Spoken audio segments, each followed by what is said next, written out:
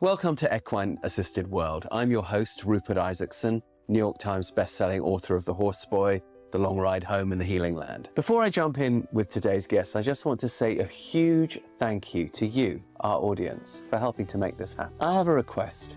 If you like what we do, please like, subscribe, tell a friend. It really helps us get this work done. As you might know from my books, I'm an autism dad.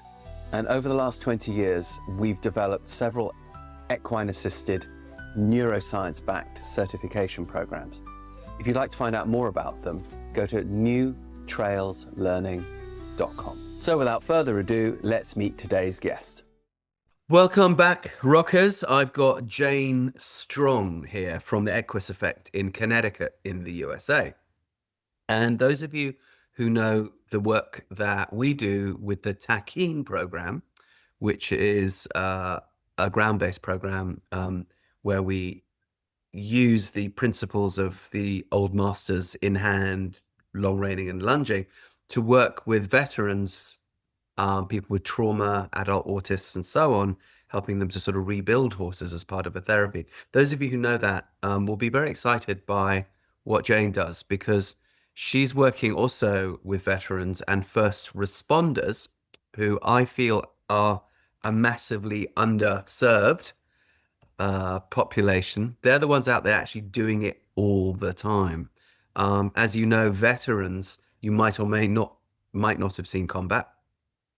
Just because you're a veteran doesn't mean you've seen combat. If you've seen combat, it doesn't necessarily follow that you have taken a wound or watched your friend die or come out of it with the same trauma that somebody who was in the front line with the bayonets might. There's all kinds of ways. But what we can be sure of is that, with the first responders in our community, that it's relentless for them. The tour of duty never ends. And the threats to life and all of that never end. And the stress never ends. It just goes on for 30, 40 years or whatever. So I was really intrigued when Jane popped up and we became aware of her. And I want her to share what she does and how she does it and what can we learn from that. All right, so Jane, thank you for coming on the show. Why do you do this? What's the Equus Effect and what does it do? Well, we're a nonprofit that first we serve veterans. That was our first go at this because we saw the statistic, my partner David and I saw the statistic in 2008 of 22 suicides a day. And deep inside of me, I just felt like there was more to it than those veterans with PTSD. I felt like there was a whole lot more to the story. And I also felt that horses could help, where talk therapy, sitting in a situation where you've got a person looking at you and asking you to talk about things. I just had this sense that the experience of being in harm's way and coming home and trying to deal with not just what happened over there, wherever there was, but also the transition from military to civilian life is a huge issue. I don't care what they did.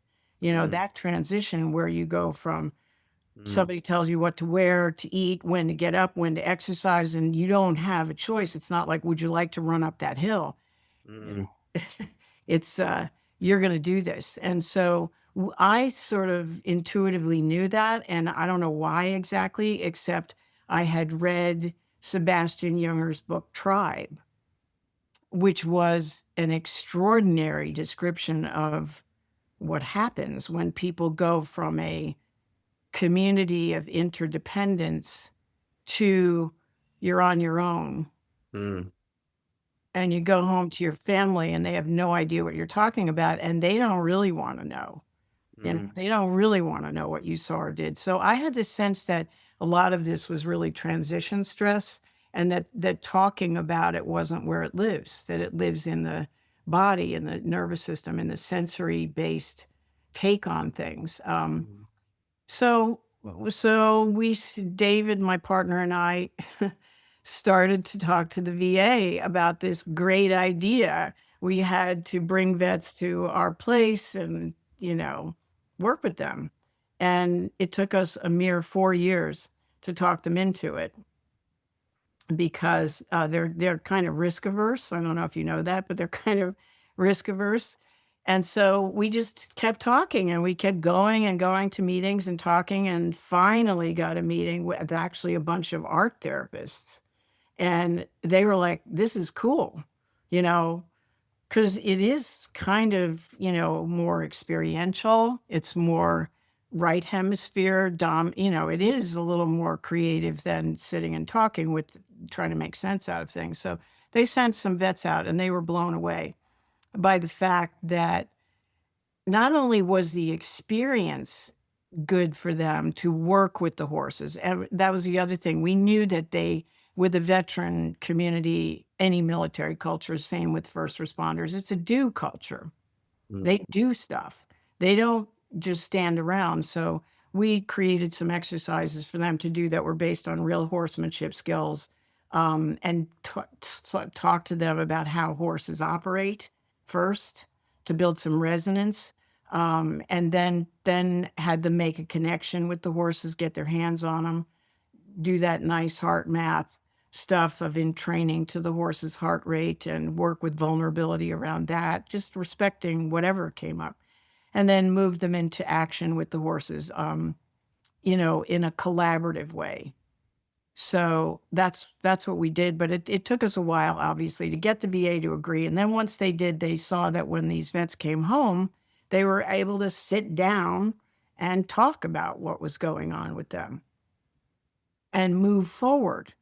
And so our mission is really centered around relationships, healthy, authentic relationships in real life, at home and work. So that's sort of what we're after with them. And we set up exercises, and I'm very much looking forward to doing more of your stuff where we make it more complex and more skill-based, and more, just a deeper dive into what can you really do that's good for the horses. And that's where we started. And then we added first responders, who, you're right about them. They are on the line every day. They have no idea what they're going to run into. Yeah. And they're Yeah. alone. A lot of times they're alone. They're not with a unit. It's a very interesting thing. I always feel when people get into working with a population that they are not necessarily themselves, my brain, a part of. You do or you don't have a military background or a first responders background? No, I have my father was in World War II, but he was in the Pentagon. My brother went to West Point and was stationed in Stuttgart after that, but in peacetime. So I know the rigidity. I kind of get that, but I did not. I was one of those people who, when the military people came home from Vietnam, I was one of those people who conflated the war with the warrior. So, Oh, yes. Well, you were younger then, and that's forgivable. And it was an illegal war, and but it wasn't the fault of the poor bastards that no, got drafted. No, absolutely. However, you could have, if you were feeling a desire to work with a special needs community of one kind or another, you could have gone autism, you could have gone a number of ways. And I'm always intrigued as to why people get into what they get into. So, for example, as you know, with me, I wasn't in any way interested in working in this field at all. I had no such dreams, but I had a son who needed me, and you've met him. And through hook and by crook, the horses were the way. And luckily I had the skills so I could follow. And then I realized, oh, I see, that's why I've acquired these skills, so that clearly I can do this. And then it turned out to be replicable. So then I felt a sort of obligation to make it available for other parents in my position because it worked. But, you didn't have that kind of gun to your head that I did. So Why did you get involved? What made you, and why did you pick veterans particularly? What were you doing before? What was your life leading up to this? I was, that's a good question because people, a lot of times people they want to think or they believe that you have to have that in order Mm, to relate to this population. But my feeling is if someone is a veteran, that's fine, but they have to have done some work. They have to be out of the woods a bit, mm, to be able to mhm, serve anyone else. You have to walk the walk mm, before you can do anything like that. And so I think for me, what I was doing before was I was an ethnographic researcher for uh, an independent person who did market research, and my specialty was ethnographic research. So I think, in a broad sense, I think me walking into other cultures with compassion and curiosity really helped me to learn about veterans. And I have the sources that helped me do that. I knew I had to find out about them. Who are they? So I read some books that weren't about they were about the experience and the impact of going to war. And mm, they were extremely, what's the word, compassionate views of the distortions that happen when you go against your own values. And mm, and you do things that in when these guys come home or women come home, the things they're really good at are illegal. mm. So that's not an option anymore. And so to go work at Walmart or, Yeah. is like, wow. So, but Unless they go work for Blackwater or, as which private, they do a lot. military And firm. actually a Yeah. lot of, yeah, yeah, exactly. And a lot of the people who are first responders are also veterans Yeah. because it's a skill they have. So When you say you were an ethnographic researcher, that's quite a general-ish sort of. Can you be more specific? What did you do? Who were these ethnos that you graphicked? Because when, as you know, I have a background in human rights in Africa. So you could say I was an advocate. I advocated for a particular group, an ethnographic group, who happened to be called the Khoisan Bushmen of the Kalahari, in order to help them win land claims to prove their title to their ancestral land and get their land back after having been evicted illegally. So I know a little bit about the ethnographic field. What do you mean when you say that? You were an ethnographic researcher. what I did for a living was I interviewed people, mostly subcultures, I would say, within the United States and Okay. some in Europe. So I interviewed, I did a big, and I was working in the corporate world. So I did research for, let's say, Chrysler. They wanted to understand Hispanics, and to them, it's all one group, one Okay. blob. But Cubans are very different from Mexicans, are very different from Puerto Ricans. They're very different from island people. And I went into people's homes and sat with them for, a day and spent time talking to them about the roads not taken or why did they do this or how did they, certainly how they got here, but understanding the nuances of their particular take on their lives and their goals and their orientation to things. And of course, the people who hired me were interested in how can we sell them more products. But I was interested in who are they and what makes them tick. That's very interesting because when I was working in the human rights field, one of the things we did was field teams of lawyers. And I always trusted the lawyers more who had worked for the enemy. Yeah. If a lawyer had worked for the diamond companies, if a lawyer had worked for oil and then had decided to sort of do the right thing, then I knew that they knew how the opposition worked. Hmm. Um, so I can absolutely see the point of that. When you were going in to talk to these people, okay, you had to do a job and you were going in, I presume, wearing it on your sleeve. I'm working for Chrysler here. Oh, yeah. And of course, everyone needs a car. So, I mean, it's not like you're doing something wrong. It's not like you're trying to sell them heroin, you know. Although the people that created heroin thought that everyone needed heroin. Yes. Yeah. You know, heroin, people always think it was an illegal drug. It wasn't an illegal drug at all. It was created by Bayer, who are the big German pharmaceutical company. And heroin, it was given that name because it was supposed to be the non-addictive form of laudanum, another Right. opiate. And of course, it turned out Right. to be even worse, a killer. But it was supposed to be the heroin, you know, that saved everybody. Ho ho. Right. But you weren't doing anything like that. So at the end of the day, to sell somebody a car is still, you know, a useful thing. But Mhm. when you were sitting and talking with them, did you find that there were patterns to how people wanted you to understand them when they knew that you were coming from outside their community? And the reason I'm asking you to explain this on this podcast is a lot of people are going to be listening to this who are perhaps starting programs Mhm. and are coming from a very compassionate place of saying, I would like to help this population and this population over here, but I may or may not have much understanding of them, Mhm. but I want to help them. Mhm. Talk to us about, yeah, outside the therapeutic context, maybe give us your work with Hispanic communities, your work with other subcultures, and talk to us about the patterns and what can we as practitioners of equine assisted stuff learn from your learning curve there.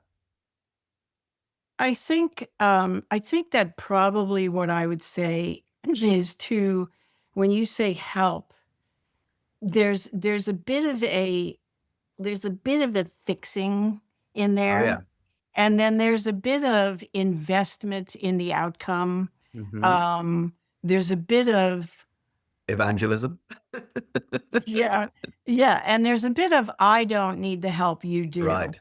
And so for me, if I rewind the tape back to, or further back in my personal history, is that I never felt that I was an insider. I always felt that I was an outsider. And I felt like I hadn't, as you described in your book, The Long Ride Home, which I've started to read, I felt like I wasn't living my dream, my life. So I was trying to put together a life that would allow me to, in a way, live into my outsider view of myself, but I was very interested in people. So in a way, it was like understanding these other cultures helped me to appreciate differences and appreciate the fact that their lives are actually fine without me. In a way, they're living their lives. And I need to surrender Mm. my values or my views, not values, my views, in order to understand them, because it became a non-hierarchical lens through which I saw people. But my own story was I was always just felt like an outsider. So it was easy for me to walk into another culture, probably easier than living in my own homogeneous, Anglo-Saxon background. So that was sort of how I landed there. But I truly believe that if we don't have the idea that we're fixing or better than or more together than the people we're working with, that everybody has gifts and liabilities. I think if we start there and learn about them without the spin on the ball of helping them. I agree. Obviously, you know, I wanted to help my son, for example, because he was clearly suffering. But by the time horseboy method became a thing, I wasn't in any way looking to cure or stop my Yeah. son being autistic, because by then I could see the clear gifts involved. Also, it's who he is. But there was suffering that I wanted to help alleviate, Hmm. and that the suffering was connected to things, some of which were to do with the autism, sensory issues, confusion, not understanding, you know, where your body is in the world, let alone your place in the world. But some of which didn't have anything to do with autism at all, were just to do with standard unhappiness, as you know, that any human can have.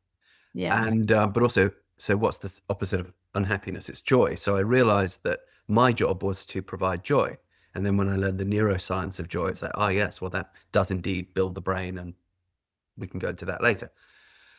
When you were working with these, I'm going to ask you why you felt like an outsider, because I think a lot of listeners and viewers will have had that question as you said it. But let's just put that one for the Oh, next thing. I want you to tell us a little bit more about these nuances in the Hispanic communities, how they taught you the differences between them.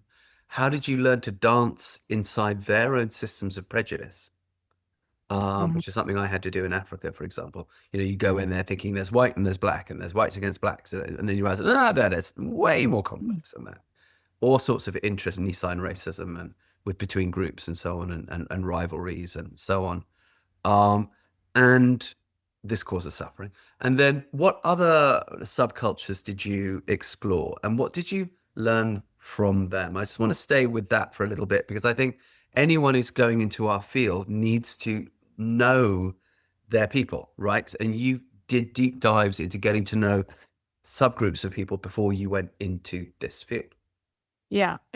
Yes. I think that for me, I would say for anyone is to really respect the differences, respect them, and appreciate. It's a more than respect. It's appreciate them, Mm, and engage with them on a level playing field. And I think the way to do that, the entree to that, is genuine curiosity mm, and compassion. mm, Because when we other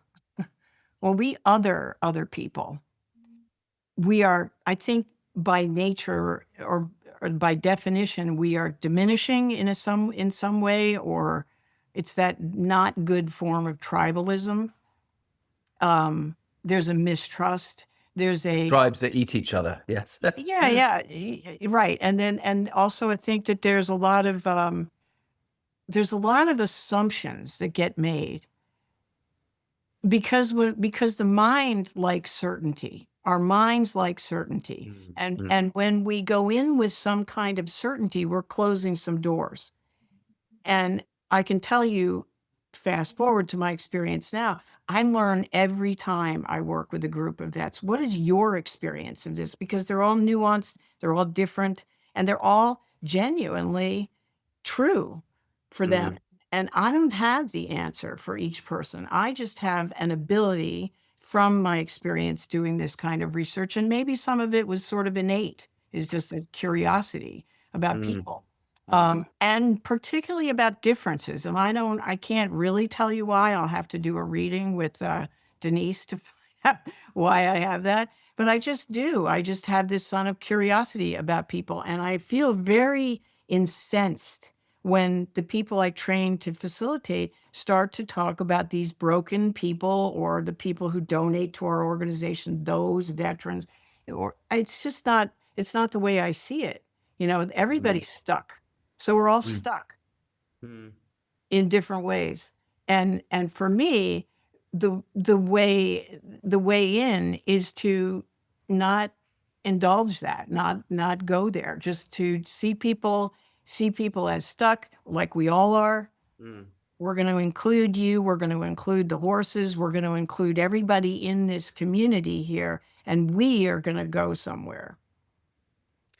Okay. So you are sitting there and going back to your former self, uh, in somebody's room, in somebody's living room, asking them questions which are car related, but you are totally curious about who they are. What patterns did you notice in the Hispanic community? Because you mentioned that you were working there. First, you realized, oh my gosh, it's so diverse, it's so different, all these Mhm. different subgroups. But what patterns did you notice where you walked away from the Hispanic communities going, I could use a bit more of that. I could have a bit of that. Didn't know about that. What were the things? I would say that what they are all across the board, they're very family oriented and they're very community oriented. In fact, Mexicans, particularly, I mean, Cubans have a pipeline. They Mm, come into the United States not speaking for political reasons. That's the other piece of it that's a little different among them. They come in to the United States for political reasons. They get poured into a pipeline in Miami That's where I was interviewing them. They get poured into a pipeline where they can somebody gets them a job, gives them a job where they can stay speaking Spanish at first. Then they get taught English. Then they get moved up into, and these were all Hispanics, by the way, doing ethnographic research. You're not just random. You're choosing, we have specs, we have people we want to talk to. And these were people who were wanted to be integrated into the American culture. They didn't want to stay ghettoized. They didn't want to do that. They wanted to be a part of, and they were going to buy a car in the next few years. That was the other one. So, anyway, so they come in this pipeline, and then they get a job, and then they get into a higher level of society. They get educated. That was their track. You know, Mexicans tend to come over one at a time for economic reasons. Puerto Ricans come in, you know, kind of in groups, but I would say it's partly economic and it's, you know, opportunity based. So those were probably the three main groups that I would say were distinct from one another. But I think what I appreciated about them was how strongly they held their values.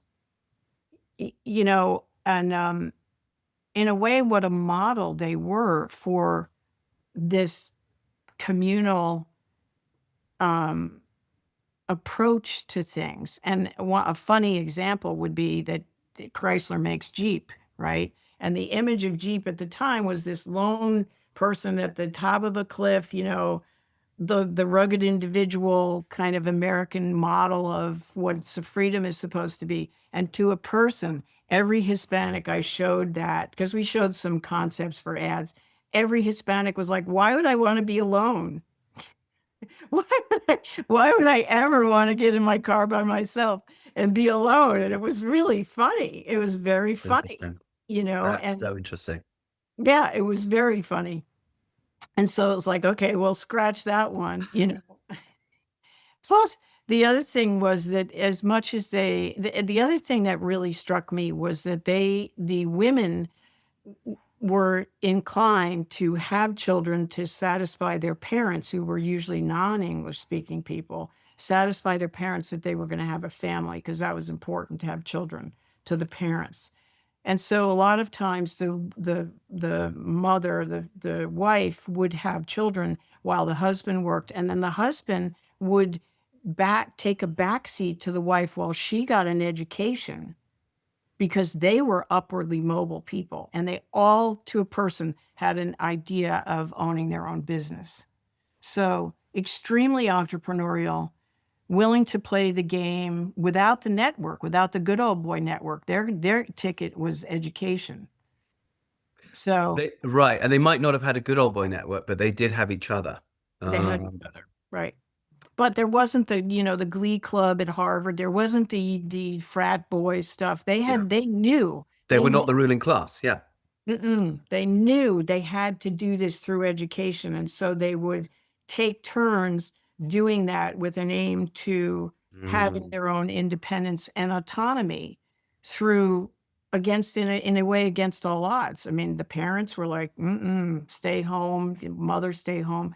They were very ambivalent in a certain way about taking the reins in their own lives and you know, going outside the traditional culture model. What's interesting to me about that is when we started working with Horseboy, which then became Movement Method and Techine, you know, 3 programs out of 1 program. We, of course, were based in Texas, Austin. And I noticed very quickly that the outcomes for the kids that we worked with that came out of the Mexican families were often better, largely because of this tribal aspect. Yeah. And I'm Southern African, born in the UK, but my entire family is Southern African and operates very tribally, always have.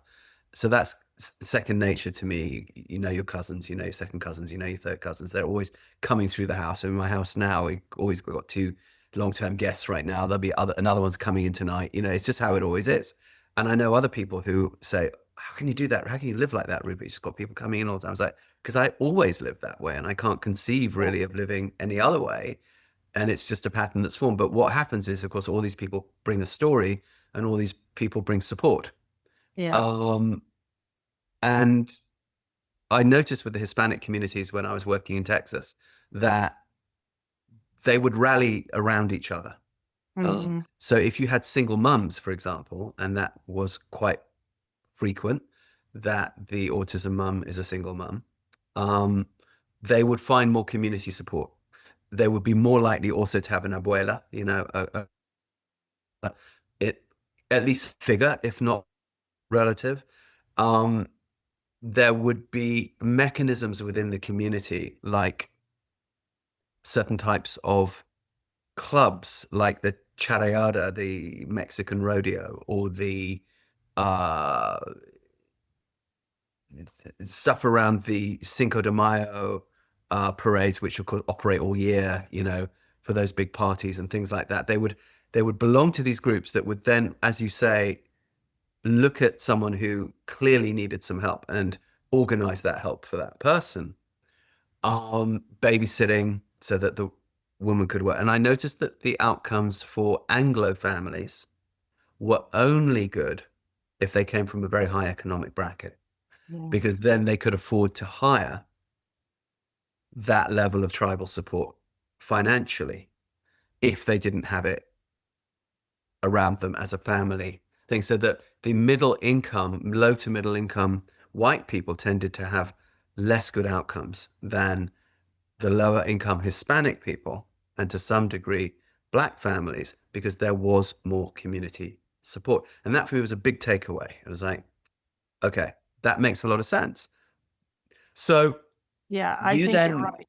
I think you're right. And I also think that this whole notion of, in a certain way, let's say upwardly mobile, middle class whites are extremely, like my family was my father was very poor. He came from Virginia, moved up north and got a job in the city because it was during the Depression, and he came north. And then it was like, how can we become independent and image driven? That's the other thing, very image driven of, I don't want to go back there, I want to look good. And the whole thing was to be homogeneous, it was to fit in, which is another thing that I think causes, back to the vets, and for they want, how do they fit in when, what do they have to give up to fit in with civilian culture?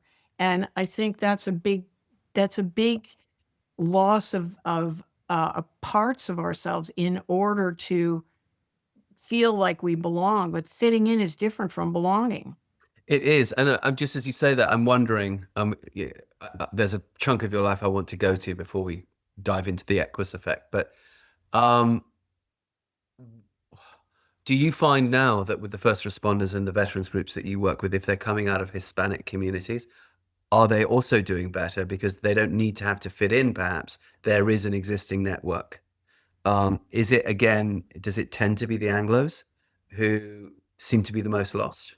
I never thought of it that way, but yes, I would say there's this sort of what I would say the part, and I agree with you that it's not just a toxic masculine. There is definitely toxic feminine energy too, and I think that what we're trying to do is to let these people let that down a little bit. And I think the white males come in like this, Mm. up and back, rigid, cynical, this arm folded kind of energy.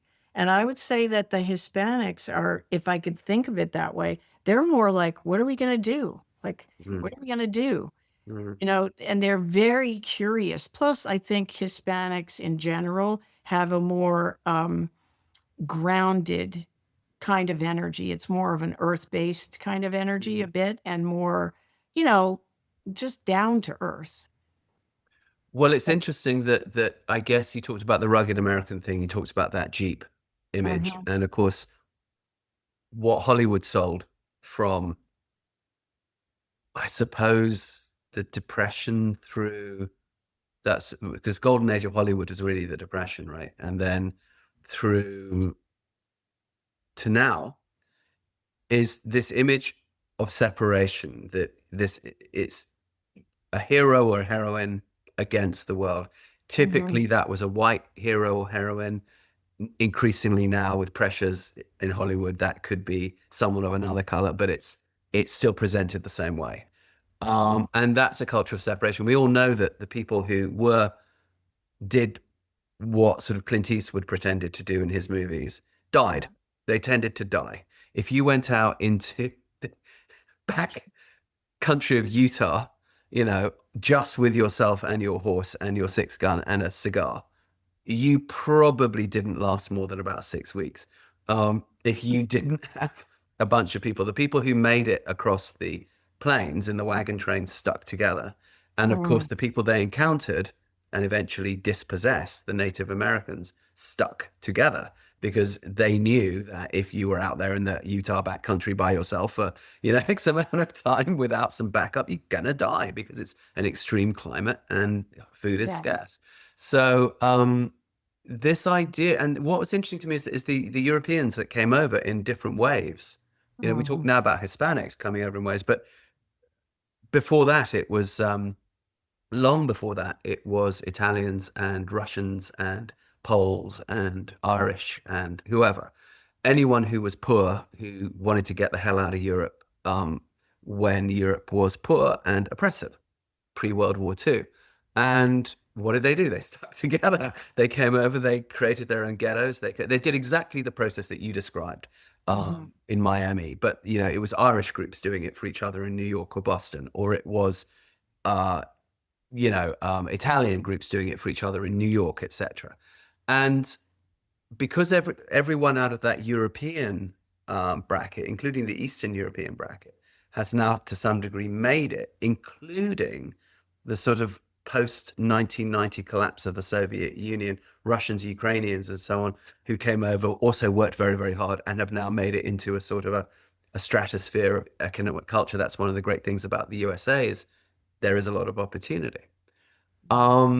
But they do it collectively. Yet the white males and females were sold, I think we were all sold a notion of the Clint Eastwood type rugged individual, which goes back to all of the Celtic and Norse mythologies. You always have a hero figure who stands against the world, like Cuchulainn in the Hound of Ulster in the Irish myth cycle, or Siegfried out of the Ring cycle in Germany. But what happens to all those dudes? They all die. They all die with their backs against the wall and their guts around their feet, surrounded indeed by a pile of their slain, upon which they then lie on top because they are slain too. And then their grieving goddess female figure comes along and beats her breast and says, "This is terrible," and so on. And then goes off and has their son who repeats the process. Yeah.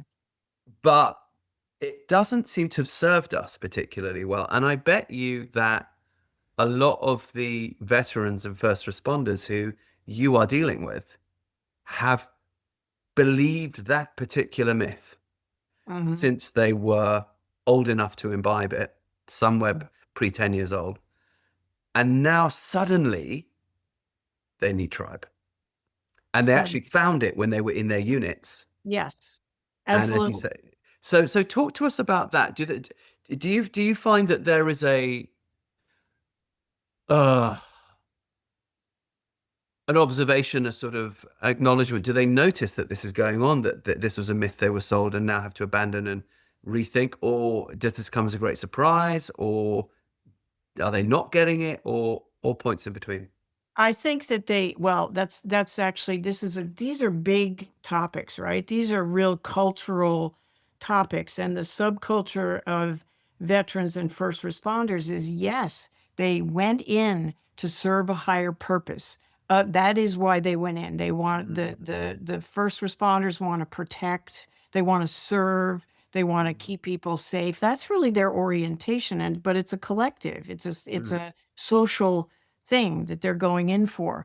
And then they get into a tribe when they're in the service. The firehouse guys all eat together. They've got a big kitchen table. They solve things at the kitchen table, but unfortunately, they also get really drunk, and they also They don't go home. They Yeah. stay in the firehouse. And so they live this life, this sort of tribal life or community life of interdependence. And that's a key thing is Mm. interdependence. Like you can go to the gym with a bunch of people, but that's not your survival isn't at stake. You know, you can Mm. have a bunch of this is the key is you're protecting one another from the lions, from the what's out there. Mm. And I think military people if they go overseas or whatever, they're living together, they're sleeping together with their Mm. weapons, and they Mm. know that whether you like the other guy or not, or the woman or not, you're going to go on watch with that person and you're going to lay down your life for that person Mm. to protect the tribe or the community or the country. And actually, it's not even the country, it's your buddy.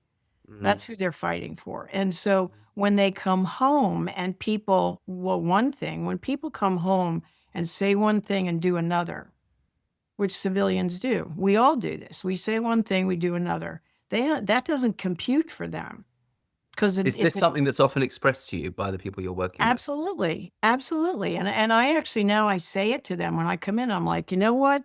I know that when you come home, this transition into civilian life, I never talk about post-traumatic stress. I just talk about the transition. When you come home, people are out for themselves. They say one thing, they do another. And everybody's like, yeah. And then I'm like, and you're kind of the only one looking around, for what might be dangerous or what's happening. And these people are all just kind of BSing about their own selves. And it's exhausting. And I tell them, I say this literally, I say, this is very expensive to your nervous system. And they're like, oh my God, like you got it. It's exhausting because it's like if you had to interpret all the time, what does this mean? What are they really going to do? It's confusing. It's That's very frustrating. similar for people with autism. Yeah. Also, dealing with constant irony. Yeah. Yes. And constant like playing at something versus the more concrete um what are we going to do about this? And the enemy is clear. And for the first responder, the danger is clear. Let's say they don't know it's not necessarily an enemy, but there's something going on that the others can't handle or shouldn't be handling, and that they have to step in. So there's Absolutely. so there's this lower this sort of instinctive center that they're trained to operate from that goes into action. And so if you think about interrupting that when they come back to civilian life, it's like, no, don't say that. No, don't do that. No, and it's very confusing and it's exhausting. No, it's interesting to me too. I'm just thinking about the military life. The army or the services are notoriously corrupt. Mm. What I mean by that is they don't reward initiative. It's all about towing the line, and unless you're in certain areas of special forces, it's if you step out of line, you'll be punished, and sometimes stepping out of line is necessary to save your buddy. So the enemy isn't just uh, the terrorist over there or whoever Mhm. that are the national soldier.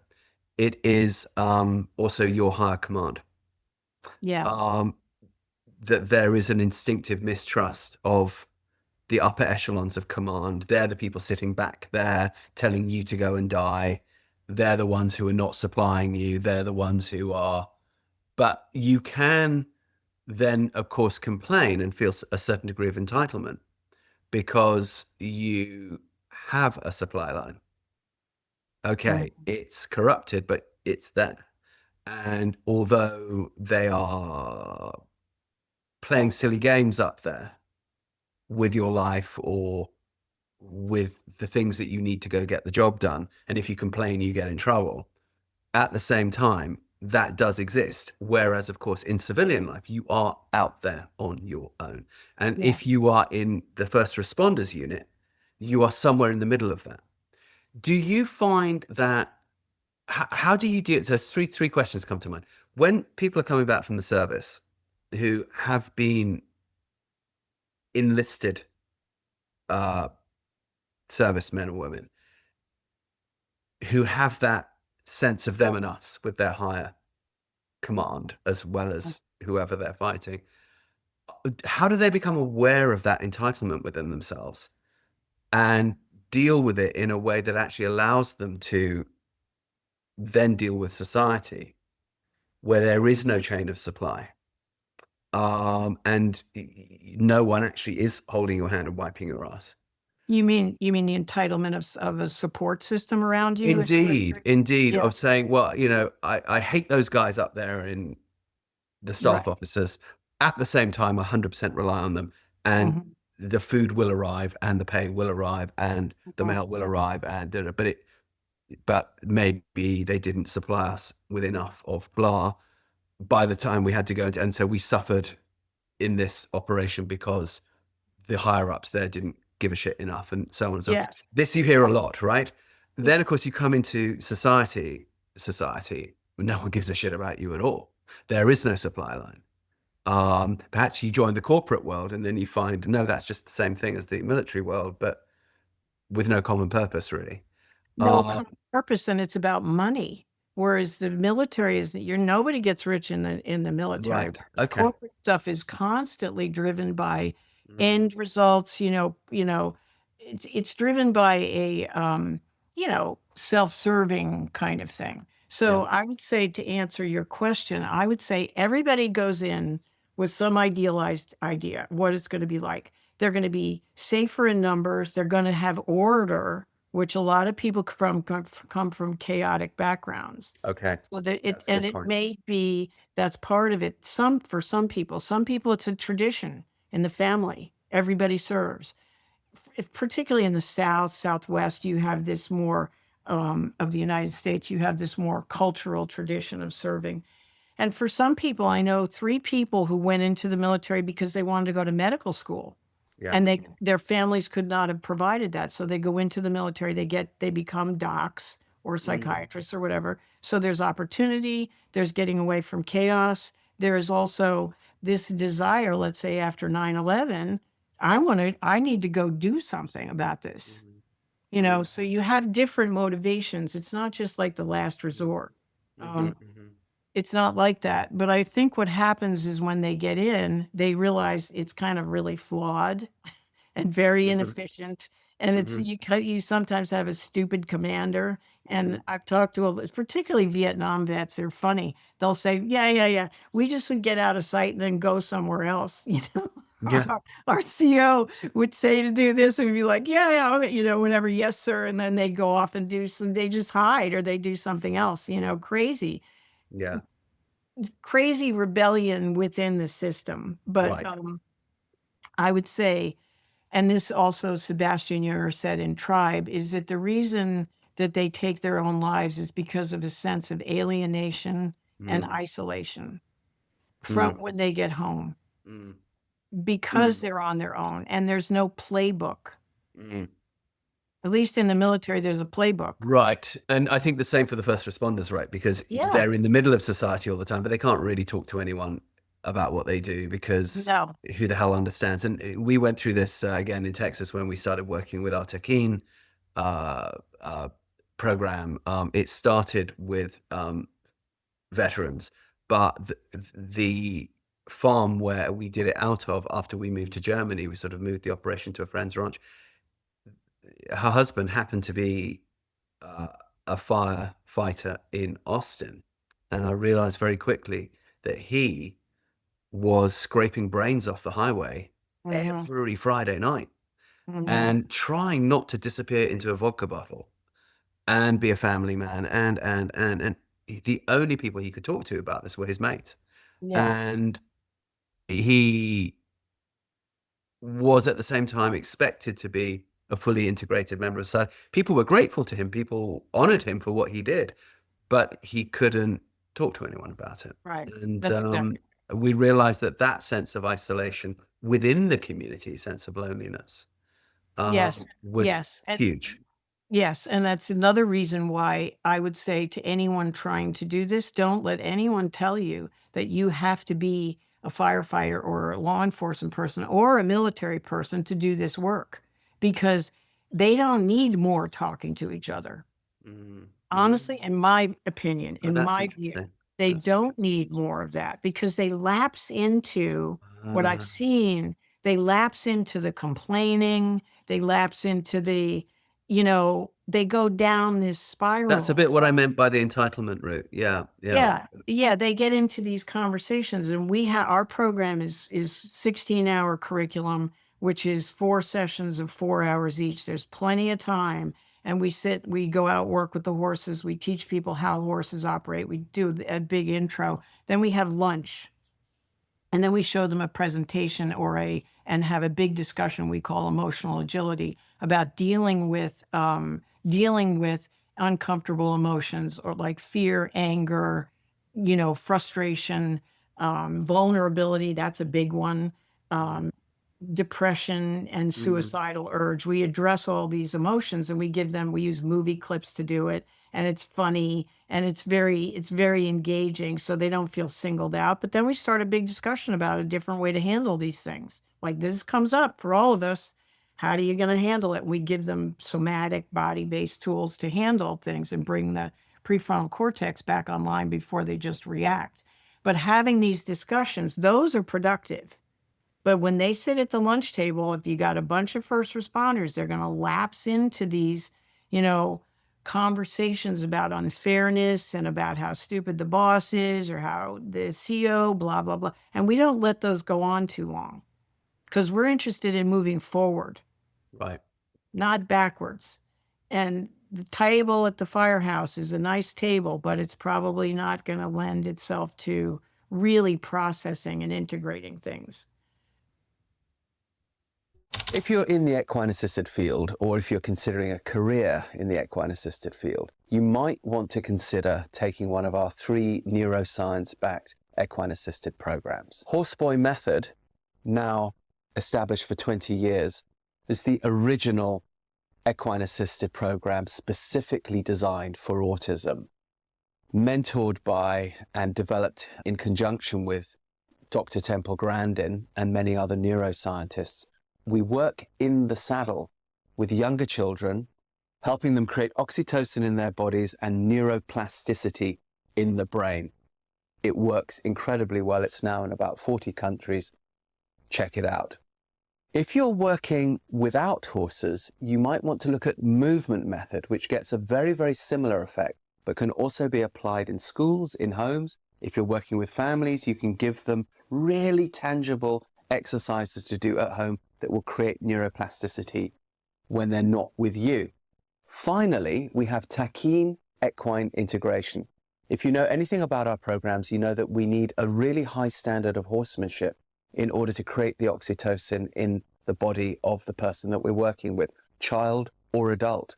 So this means we need to train a horse in collection, but this also has a really beneficial effect on the horse's well-being. And it also ends your time conflict where you're wondering, oh my gosh, how am I going to condition my horses and maintain them and give them what they need, as well as serving my clients? Taquine equine integration, aimed at a more adult client base, absolutely gives you this. Let's back up a bit now with your life again. So you did this ethnographic research.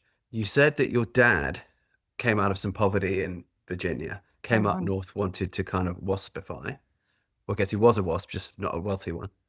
And for The those Welshman, non-Americans, the Welshman. okay, well, white Anglo-Saxon Protestant is what Yeah. that means. And that's within the North American, particularly East Coast North America or coastal North American parlance, means the white dude's in charge, effectively. Mhm. So he identified with that. But you grew up, you clearly have a horse background. You grew up in Connecticut.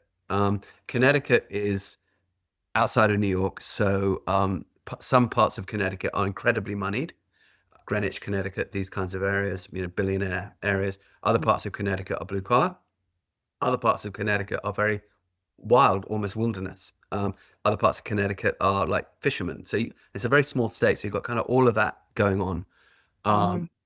You end up being a sort of horsewoman in that Connecticut area, which is, you know, a moneyed area for this. What's the trajectory? How do you end up in that horse world there? What do you end up doing for a living that then prepares you further to do this? And then I want to jump much more deeply into Equus Effect. Sure. So actually, I grew up in New Jersey. I live in Connecticut now, but it's got a similar, Similar, it's yeah. got a similar suburban kind of thing. It's bedroom communities to New York. And my dad moved out to New Jersey after being in Long Island for a while. And he just lived, he wound up in Long Island because he married my mom, who lived in Long Island. So then we moved to New Jersey, and I was in a suburban community. And my dad had this, he went to Virginia Tech. I don't even know how he got there. I have no idea, because and I wish I'd asked him, but I have no idea how he wound up at Virginia Tech. And he came up to New York. He was one of 8 children, and he's the only one of 8 who had children. So that tells you a little bit about how strange that, and how much the poverty was around him. Whereabouts in Virginia, what was he from? Between Charlottesville and Richmond. Okay, In yeah, a that's still to this day a poor area of Virginia. very blink your eyes and you go past the Yeah, town. yeah. I think he went to bed hungry. I think it was abject, and I think they barely made it. But he went up north. He's the only one who came up north during the Depression. And when he got a job in banking. And so then we wound up moving to New Jersey. And I was 13 years younger than my sister and 14 years younger than my brother. And my father was kind of like doing well. He was doing well in this bank. He was a loan officer, VP in the bank. And he, I think, had this idea he was going to turn me into a Southern belle, like I was going to become his unfulfilled dream. And so I had dancing lessons. My sister and brother did not. I had piano lessons, and then he asked me if I wanted to have a horse, and I was like, "What? Are you kidding me?" So I had gone to camp also. I'd gone to camp, and that's when I first started riding. And, we'd fall off, and I'd laugh and get back on, and other kids are like, this is not for me. So I just loved it. And so when he said that, I was like, I was over the moon. And so I wound up keeping my horse.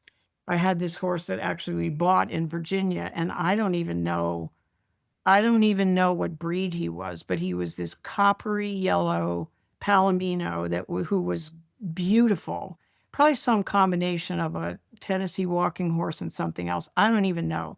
He was just big. He was big. And so he bought me this horse. He was 4, and I started to train him kind of on my own, and he would jump over the moon, just jump over the moon. He was never hit a jump. He was wildly by himself. He'd go out and jump.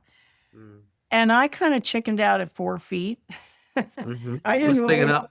Yeah, that was big enough. So anyway, but he was terrific, and I had a great time. And I did ride a little bit I talked to you a little bit about fox hunting, which I wish that we could have just kept it a sport. I wish that we could have. I rode as a guest rider out at Spring Valley, which I think is still operating. It's a hunt thing out in Western New Jersey, but we lived in the suburbs, and I didn't have a way to get out there. So I showed him in hunter jumper classes, and I was then an outsider because I had a yellow horse, and they all had grays and bays and chestnuts, and they hated pinning me. They hated it but he was Pinning means giving you a ribbon. ribbon.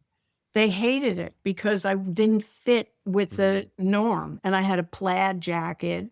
I didn't have a, regular hunt color jacket, black or whatever. And I just was this sort of renegade kid who didn't really even have lessons. I just did this, and he would win because he would change leads perfectly. He was fast, and he would go over the center of he was so good that they couldn't not pin us. And then, so I did that for 3-4 years. And then I was very scrawny, very late to develop. And this makes me sort of sad to talk about this, but I've talked about it a million times on a therapist's couch and other places. But anyway, I stole this ponytail, this $4 ponytail from a store with my sister drove me, and I stole this thing and I got caught. It was a $4 item. And the guy who was the security guy in the store said, you could go to jail. And I mean, I've never been so frightened in my How old life. were you? 13. Oh, Yeah. So I was just, I can remember to this day that sensory memory stuff of sitting in this chair with this bright light on me and this guy telling me this stuff. Anyway, my sister took me home and they must have called my father when I got home, and I was his darling. He was my only ally in the family because everyone else was kind of jealous of this treatment I got. yeah.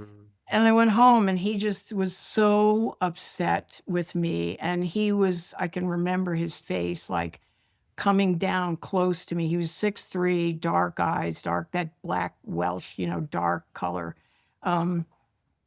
coming down at me and just telling me that no one in our family had ever stolen anything. And ever. Hard to believe when you grew up with that kind of poverty, but he told me that. And then he said this thing, and I'd always had this sort of sense of like, Jesus was a good guy and he was a renegade like me. And, I'd be off galloping through the woods and, just that I just had this great sense of being safe in a certain way. And I went to Sunday school, but I wouldn't say I was devout or anything. I just had a good feeling. And then he said, Jesus will probably never forgive you for this. And I was like, oh my God. And he handed me a Bible. And I think I lost my footing. I lost my footing. And I felt that I was just a thief. Oh, So I'm so sorry. yeah, that was a turning point. And I'm saying, So then what happened? Yeah, what events did that kick off?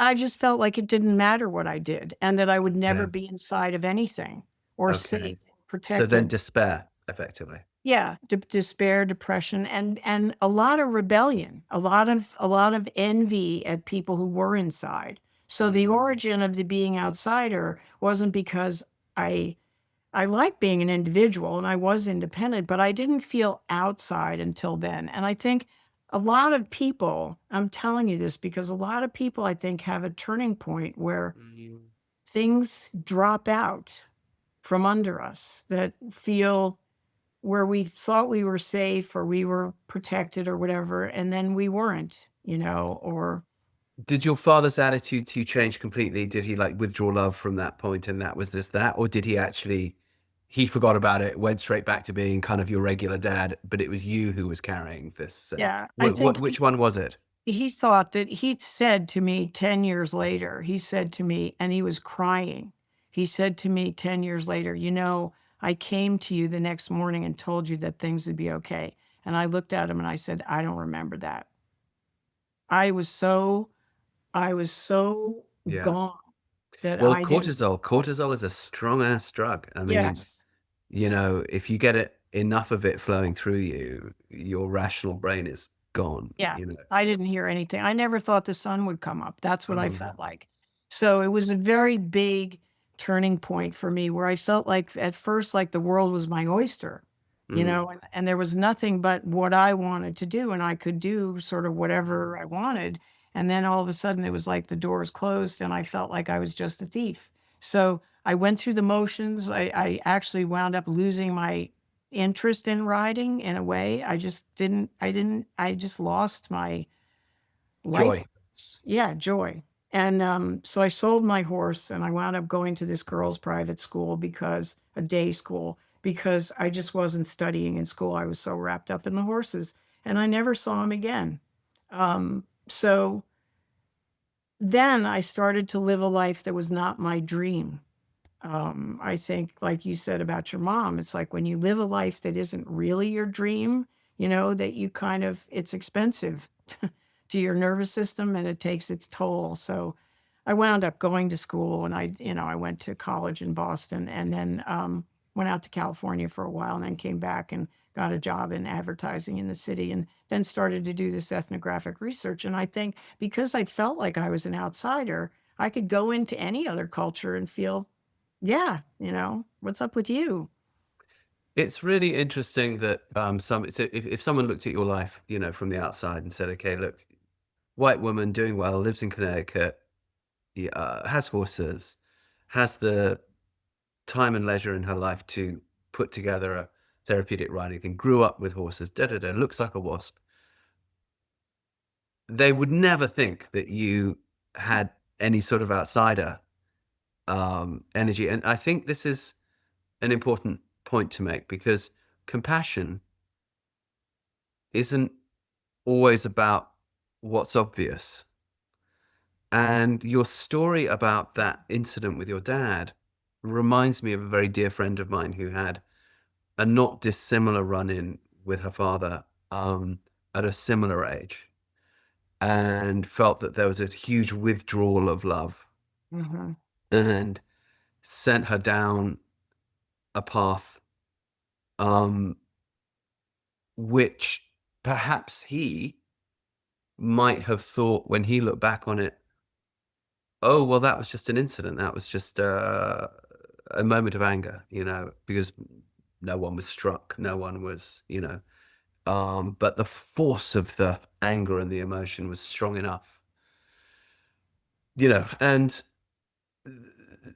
when one is dealing, say, with veterans, one of the questions that comes up, can be, well, did you see combat? And by only a very small number of veterans see combat.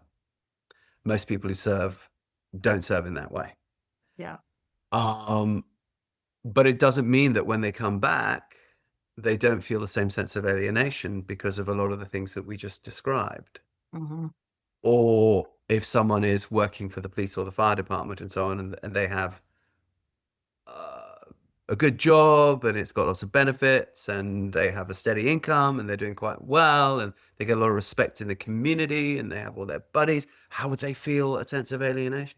So it's very interesting that when you tell your story of this sort of horsey girl in the New Jersey suburbs who, by all accounts, is pretty privileged, despite her father having made the money, nonetheless, compassion requires us to see beyond those sorts of veneers, Yeah. when it's not so obvious, because then we will be more likely to see when it's not so obvious in somebody else. And so maybe that having happened to you kind of qualified you in a funny way for this job, because you can I see think the so. nuances. Yeah, I think so. Yeah. How did you return to horses? Well, that was so I never could imagine. The thing is, I could never imagine. So the feeling was, and I think that this is really important, is that, this back in a way to when we were talking about this perfectionism that you see now with people, is that no one feels good enough, in a certain way. And I think I can see that in people very easily because I remember it so well. And I know that what it feels like to feel less than or an outsider or, you know, I just know it. I know it in my bones and I have great compassion for it. And I think that, you know, um, I'm all for people becoming individuals, truly following your passion or your dream. And so anyway, so we try to help the folks we work with find that for themselves, whatever that means, whatever it means. It's not what it means to me. What's what it means to them. So I think for me, so I went to college, wound up in this New York City, married a guy who lived in Greenwich who was not he couldn't wait to get back to California. So that marriage didn't last too long. We moved into the city and I thought the advertising business would be fun because the people were sort of renegades in the advertising Mm. business. They were wearing cowboy boots to work. I mean, they were sort of fun, different people, not corporate.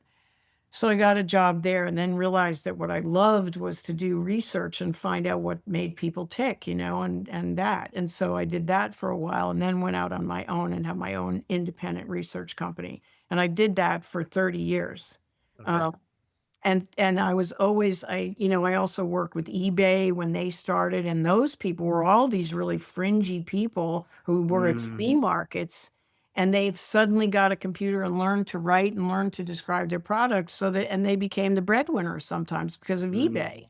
I did all sorts of different kinds of research with lots of different kinds of people, and always their stories were always really interesting to me, of how did you get where you are, that kind of thing. So anyway, I did that, and I liked that part of the job. I didn't like the part of the job that was about selling things to people, like how can we manipulate this into something we can sell. But I loved doing the research, so I did that for a bunch of years, and then I met this guy then I was living in Connecticut in Westport, and I met this guy who had access to horses over in Westchester County in Bedford, New York. Big estates, big pieces of land, and I was like, sure, I'll get back on a horse, but I just couldn't see how I would do that before without competing. I just didn't know any other way, and I knew I didn't want to do that. And so anyway, so then I went riding with this guy. And my head was scared to death with stories. Oh, you're this old equestrian, you don't know what you're doing, and blah, blah, blah, going on in my head. But when I sat on the horse, my body just was like, you got this. And I was like, isn't that interesting that my body is saying something different from my head? And so I get on this horse, and he went off, cheerfully. And we went out on the trails. And then when I came back, I was so elated to be back on a horse, and it felt so right. Not just good, it felt right.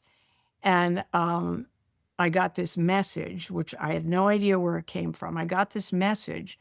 It's not just good for you, it's good for everyone. And I was like, okay, so what does that mean? And he gave me this guy I met. Unfortunately, I wasn't interested in him, but I loved coming back to the horses. He kind of was a byproduct of this, but he gave me this book, The Man Who Listens to Horses, which is the story of Monty Roberts.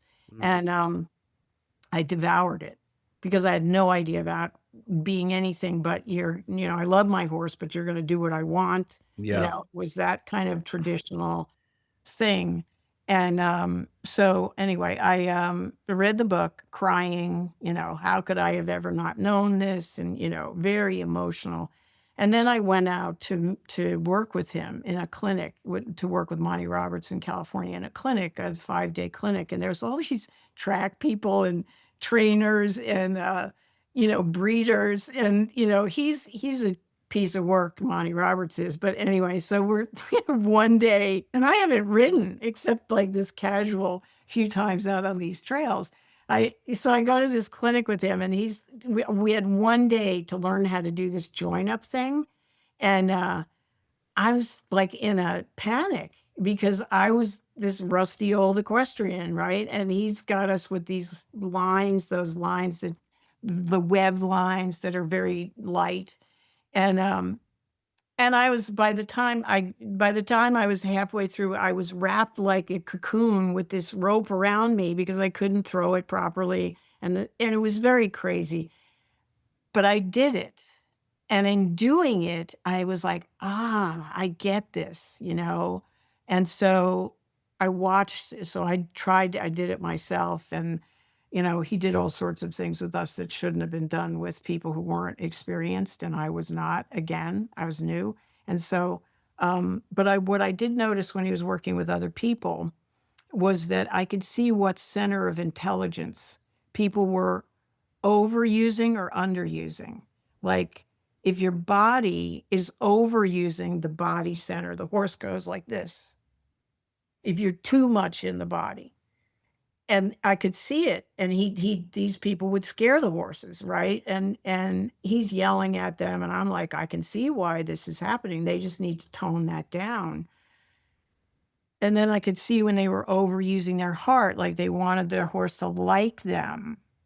You could see the energy coming out from their heart. And then if they were too much in their heads and not in their bodies at all, the horse was like, I don't know, where are you? It's like a potato chip Right. out, And so I was like, well, what do I do with this?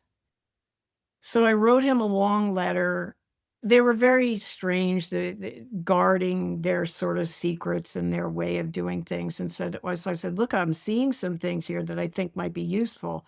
And they said, well, write us a letter. So I wrote this 12-page letter to them about seeing this, how good this was for people to recognize when they were over or underusing their bodies or their hearts or their minds.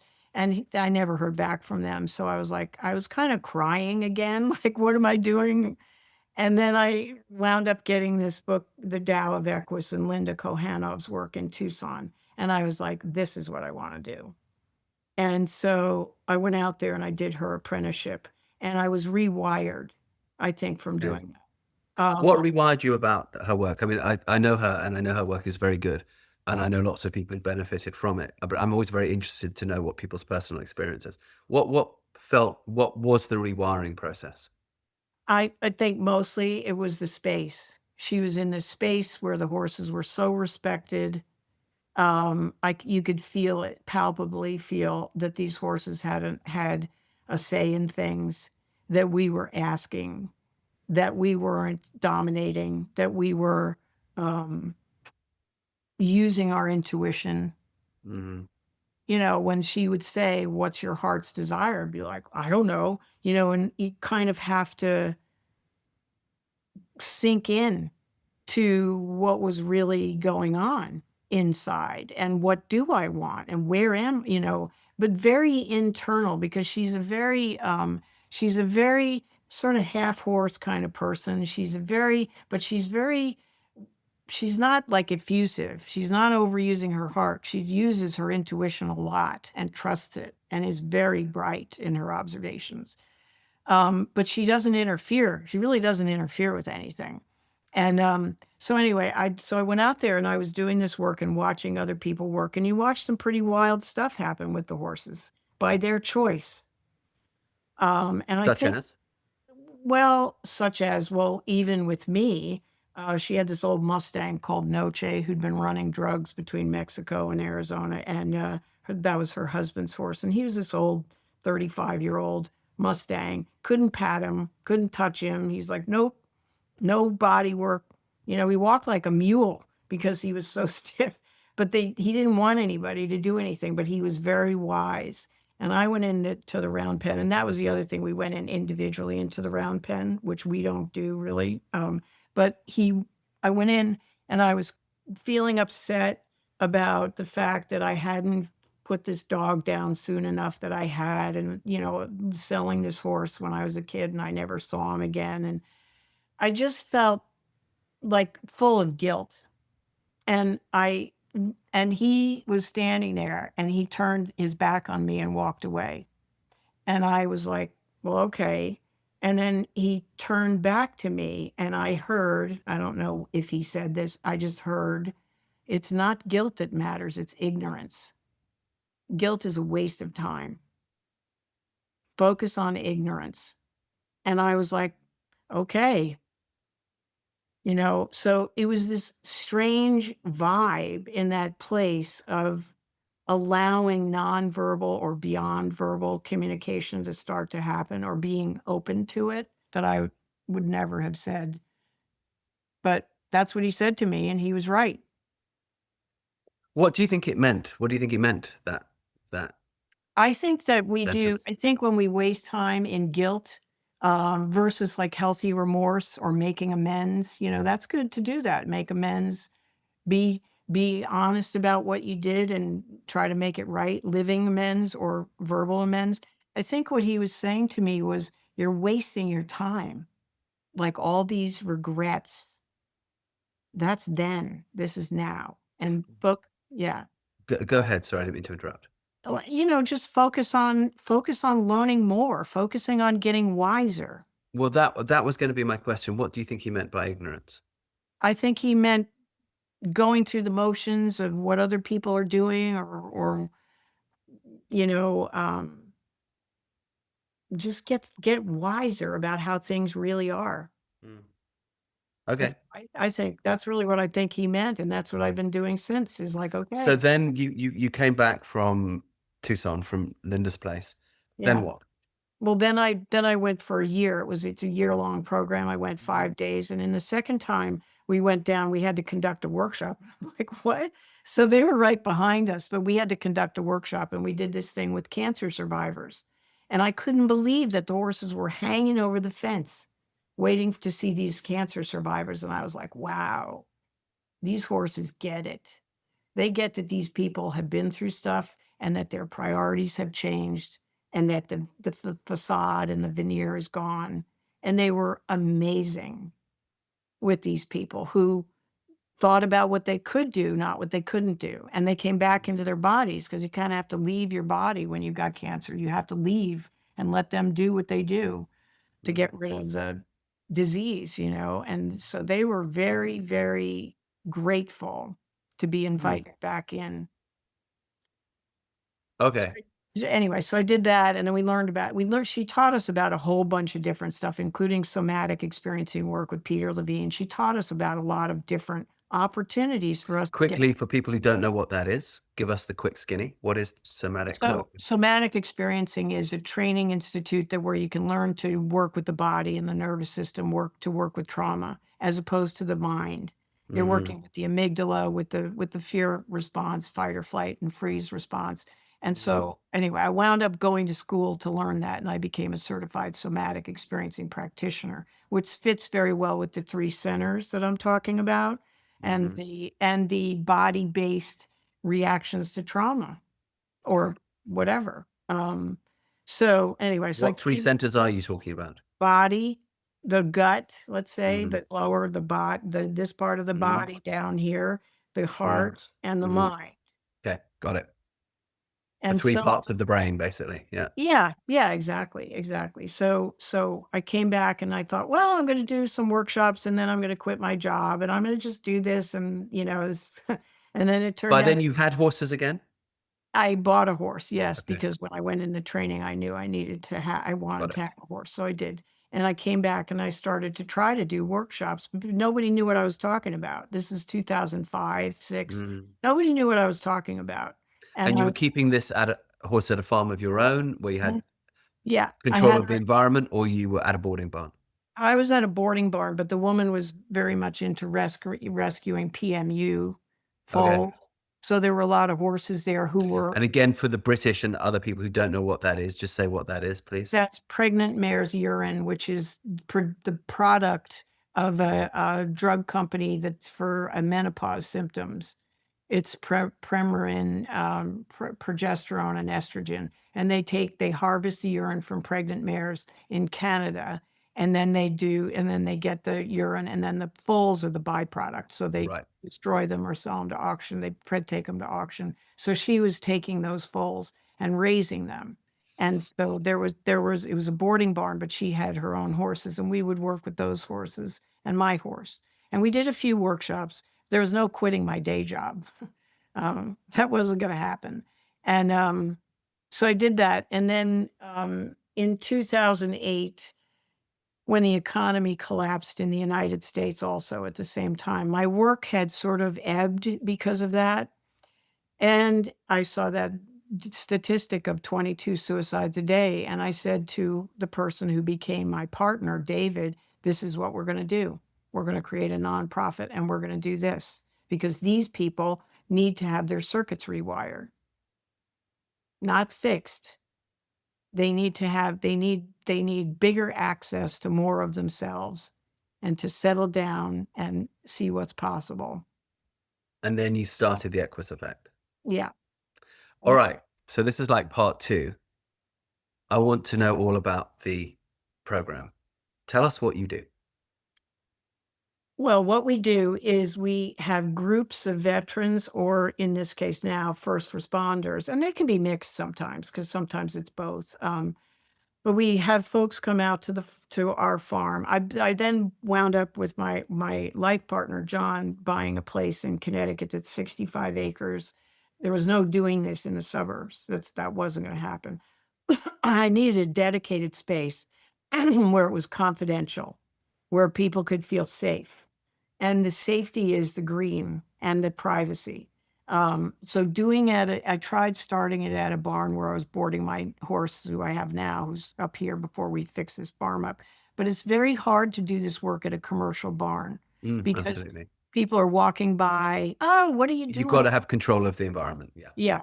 So that would be number one for anyone thinking of doing this, is to do it in a private space where it's dedicated. If you can have control of the horses you work with, that's really important, because I teach people in a certain way to do things. And so anyway, so when I lived here, which was 2011, we bought this property, and I started to fix it up and all that stuff. And now it's done. It's the way it's supposed to be. But we have folks come out. Usually we get them, and this is another important thing. They don't just walk off the street. They are either getting services from the VA or vet centers, which was started in 1979 for combat vets and their families. Or they VA's Veterans Association, right? Yes, Veterans Administration. Administration, sorry. Yeah. And that's part of it. That's a government Yes. wing of government. Ministry of Defense, I suppose? No, unfortunately, it's separate from Ministry the of Health. department. It's the Department of Defense, and then it's the VA. And, Okay. and the VA is the Veterans Administration, and that's a medical model-based place. So Correct. you go in there and you have a diagnosis, which is important, because then the next step is we're going to give you meds. And we're going to talk to you, but it's a physical thing too. I mean, primary care and mental health counseling. And so, and the vet centers were started in 1979 by Vietnam vets who didn't want their records going back to the VA. They were very squeamish about that. So they see combat vets and their families. So I work with those two organizations. And I also work with a non-government organization called Guardian Revival.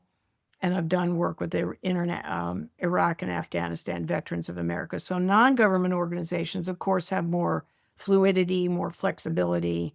But I always work with an organization that sort of vets the people before they come. Because the other thing to know is you can't work with veterans who are still in the war, who still think that packing your weapon, and your head swiveling around, looking for danger all the time. That's hard to reach those people. It's very hard to reach them. And I have worked with some people like that, but I think they're running too much cortisol to be able to take things in.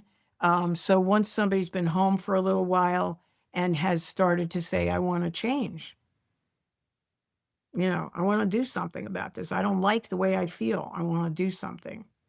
So, okay, talk us through the program. Somebody comes, it's me. So I arrive at your place. Right. They Have come. I arrived there because I wanted to, or someone sent me there? No, I arrived because I wanted to. And sometimes some of the clinicians kind of strong arm the people and say, look, Okay. this is therapy, but you don't have to talk. All right. Or they'll have some, temper tantrum or some explosion or something. And they're like, you got to go to this thing, just try it. But it's always a sort of a try it, see what you think. And most of them are very skeptical. They can't imagine what a horse would have to do with relationships with people. They're not as cynical as the first responders, but they're skeptical. The first responders are more cynical. Why? I think because they're still working, and they've been around for a long time in a system where they sometimes don't have great commanding officers, and it's a kind of a different system. It's a different, they're kind of out on the street, in their own communities and stuff, and they see the darkest side of our own cultures. Right. That makes sense. Yeah. Yeah. So, but anyway, so we start in the barn, and the horses are in their stalls. We start there, and then we talk about what we're going to do, not necessarily the exact schedule. We talk about our aim is to help you settle down, and we're hoping, our real mission is to help you rebuild healthy relationships, and we'll do that if we can. You'll have to see. And then we do a somatic exercise where we do a joint warm-up thing to get people in their bodies. We just say, this is just so you can get on the horse's wavelength, because they're always in their bodies. So we want to get you to do that. We're not selling an ideology. and we're not trying to get them to meditate. We're not going there. Everything is very concrete. And then we do this joint warm up, and then we do this body scan to cultivate what is called interoceptive awareness, which is what is going on inside, not why or how do you feel, but it's sensory based. So what is going on inside? And we track through the body and say, what did you know? Put your attention on your heart, put your attention on your shoulders, put your attention on your hands. And as your temperature different, we cultivate sensory based awareness. And we go through the whole body, and then we tell them that we've got, if you actually, when you get triggered, which we all do, we always say this is true for all of us, not you. And that when we get triggered, it's really good to take a nice breath and feel the bottoms of your feet and feel gravity, because it gives you more space to handle things.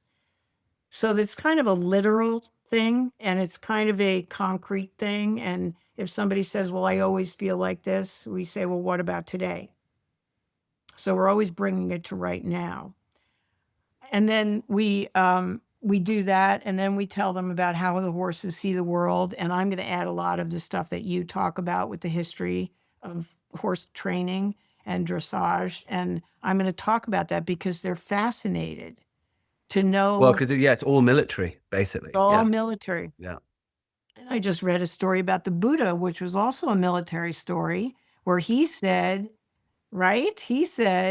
watching these people in battle writhe in a pond, looking at fish writhing in a puddle, is what he said. What an image, right? So they know what that's like. He was a prince. He would have been he was also a horseman. Yeah. Siddhartha. Yes. That northern Indian culture it's where dressage went before it went to Europe.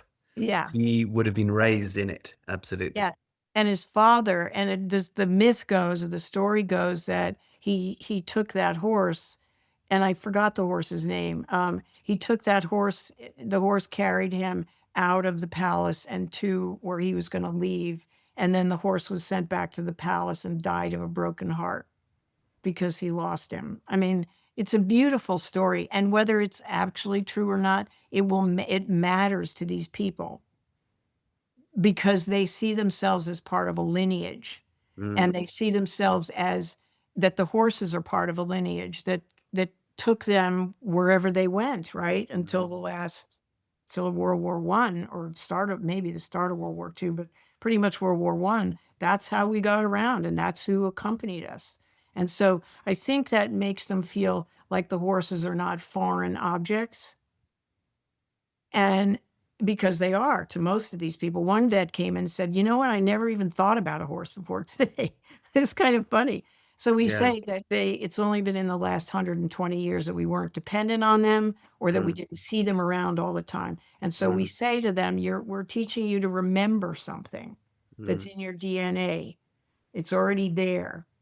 So we're trying to make the bridge through what we call resonance to the horses.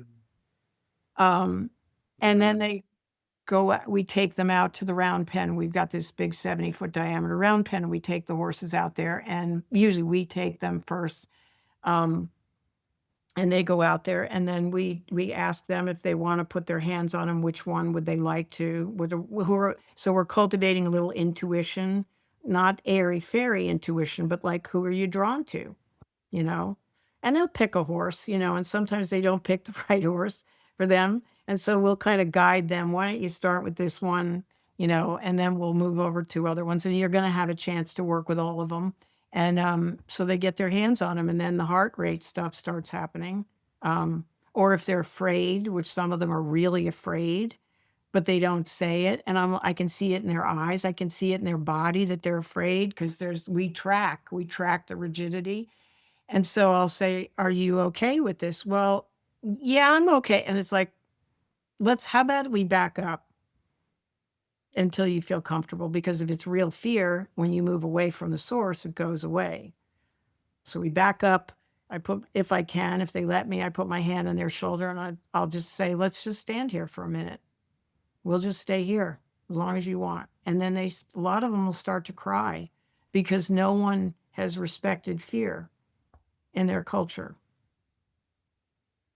So it's a very telling, moving thing to be respected for your fear, because we as predators and prey do not like the prey part of ourselves, especially military people. Indeed. Yeah. And it's so interesting, particularly the enlisted men and women, because if Yeah. you go into combat in that way, your job is to follow orders.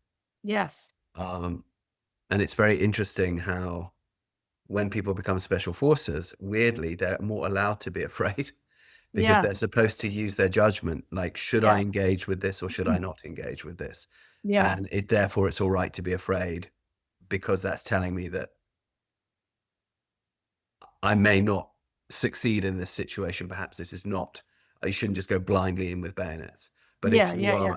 if you are rank and file, your job is to go blindly in with bayonets. And if you get killed, you get killed. Yeah. Yeah. Yeah. Yeah. And I work with a lot of Navy SEALs. I work with them, and they have techniques to deal with the fear, because they're more on their own. You're right. They're more on Yep. their own. They make more decisions. They have to make very They've strategic. got to listen to fear, but Yeah. they've gone into another sphere of the military. Yes. Yeah. Yeah. And they have, and there's the biochemical, or whatever you call it. They have a particular form of lack of reaction to fear. And also, I mean, there's a test, and they honestly don't feel it as much as we Tell do. us about that test. That's quite interesting, I think, for people. I have to find out what the name of it is, but it's something to measure your cortisol. It's a measure of adrenaline cortisol response to fear. I'm looking it up as you just keep talking. Yeah. If you're a horse nerd, and if you're on this podcast, I'm guessing you are, then you've probably also always wondered a little bit about the old master's system of dressage training. If you go and check out our Helios Harmony program, we outline there step by step exactly how to train your horse from the ground to become the dressage horse of your dreams in a way that absolutely serves the physical, mental, and emotional well-being of the horse and the rider. Intrigued? Like to know more? Go to our website, heliosharmony.com. Check out the free introduction course. Take it from there. Yeah. So they have something that they do that's lower. They have a much higher threshold of fear, toward fear. So if you can't find it, I was told this by someone in my somatic experiencing course, and I can find out what it is. But they generally have a higher threshold of reaction to fear, to danger. Can I read you what AI says? Yes. Yeah, it's interesting. Just because I think that this is okay. Just going to quickly read this. The Navy SEAL training, particularly during basic underwater demolition / SEAL BUDS Bud School, tests for fear and mental fortitude by systematically exposing candidates to high stress, dangerous scenarios designed to trigger panic. Okay, that seems logical. The goal is not to eliminate fear, but to measure a candidate's ability to operate rationally under it, and to develop habituation, reducing the fear response through repeated exposure. So downproofing. Candidates are tied up, hands and feet, bound in a 9-foot pool to perform complex maneuvers, such as somersaults and swimming, testing if they can stay calm while struggling to breathe. Underwater pool competence, instructors actively disrupt students underwater, ripping off masks or regulators, forcing them. Life or death scenarios, training including combat diving, where fear of injury or failure is high. And then cold water and pressure exposure, the surf torture and constant exposure to or immersion in cold ocean water test the ability to focus through intense physical discomfort. And then they say techniques for managing fear. They use 4 key techniques to manage fear and pass training. 1, box breathing, a tactical breathing technique. Inhale 4s, hold 4s, exhale 4s, hold 4s, used to move from a state of panic to calm alertness. Okay, this we know actually brings you into an alpha state of brainwave EEG. Visualization, mentally rehearsing scenarios, dirt diving a mission, to familiarize themselves with potential dangers. They don't seem as scary when they happen. Goal setting, tiny goals, breaking Mhm. training down into small manageable goals, e.g. getting to the next meal or task, rather than focusing on the entire 6-month program. What's the worst that happens? A 3-second mental trick that forces the brain to confront the worst case scenario, which reduces anxiety by eliminating the unknown. And then there's something called the 40% rule. Popularized in SEAL training, this rule states that when your mind tells you that you're done, exhausted, and cannot go any further, you're only actually 40% done. The remaining 60% is found through mental fortitude. And then final thing is own your own 3-foot space, focusing strictly on what is within immediate control, actions, attitude, and effort, to prevent becoming overwhelmed by chaotic environments. You ready to sign up? Well, what's so interesting about that is, of course, that is not basic training. That's not basic military training. Uh-uh. That's a different level, because if you go through something like that I just described, you might say no to your sergeant. Right. You might make a decision that's more rational other than take that hill at all Mhm. costs. Yeah. Mhm. Yeah. The 40% one is very interesting, isn't it? That actually your body's telling you to not go into that 60% of reserves Right. if you can avoid it. Very wise of the body to do that. So interestingly, when you're dealing with those people, do you find that they're easier to reach? Do you find that the special forces people are easier to work with and reach, and because they're so used to having to think around complex things than the people who've been regular enlisted? Or do they actually come with just a more complex set of problems? I think that because they are not just a do part of the military, they're a can do part of the military. They have a very hard time with vulnerability, Okay. very hard time. And I mean the looking, in a way, looking incompetent or looking, fear, we separate fear and vulnerability. So fear, as we describe it, is not entirely the way it is, but with the way we describe it, it's a physical threat. So if you're afraid of horses, a horse is a threat. I'm afraid. We back up. That goes down, right? You go away from the source. Understood. Vulnerability is, I don't know if I can do this. I don't know if I'll look good at it. I don't know Right. if I'll People might succeed. laugh at me. Yeah, it's a more, and Brene Brown, I'm sure you know who she Mm, is. She did this whole study, which she didn't want to find out, that vulnerability actually makes for better relationships. That makes for real relationships because you're more authentic. So the SEALs have a real hard time with with vulnerability authenticity. because they're Okay. like, I got this kind of They've got to energy. be like cartoon heroes. Yeah. And that's, yes. And so they want to control it, and they don't want to go there if they're going to be vulnerable or look Right. stupid or look incompetent. Got it. But the other folks, you might have an officer who's more like that. But by the way, the other thing I would say to anybody doing this is, do not have people know each other's ranks when they come in the group. Do not, because what happens is then they fall back into the hierarchy. Naturally. Yeah. Yeah. And That then makes sense. as a facilitator, I can't coach the E8, the sergeant. I can't, because he's going to look stupid or she's going to look stupid in front of I can't do it. I can't operate. They can't operate. They just, boom, they just stack up again. So we don't do it. We get it on we don't even, we Did you take, find that out the hard way, by the way? yes, very much the hard way. I was like, okay, that's the last time we're doing that. And so we don't. And we asked them where they were, what's the branch of service. We asked this on the waiver. What branch of service, where did you serve, and how long? And we have that information, but they don't. They don't. If they want to talk about it at lunch, they can, but they wouldn't talk about rank. That wouldn't be what they would talk about. But if they find out, that's not cool. Um, and you can mix men and women. It doesn't really matter. That's not a Is it problem. not painfully obvious? Like if you are in the British Army it's very obvious. There's a Yeah, class system. yeah. Well, I think it is obvious, and you know who it's really obvious to? The horses, Okay. Go because on. That's they, interesting. yeah, because they pick up the internal organization that an officer has. Like I have a Arab Pinto who asks a lot of questions. You know, he asks a lot of questions. He's a sharp dude. He's a very smart horse. And he asks, you know, if you don't ask him the right way, he's going to be like, I don't know what you're talking about.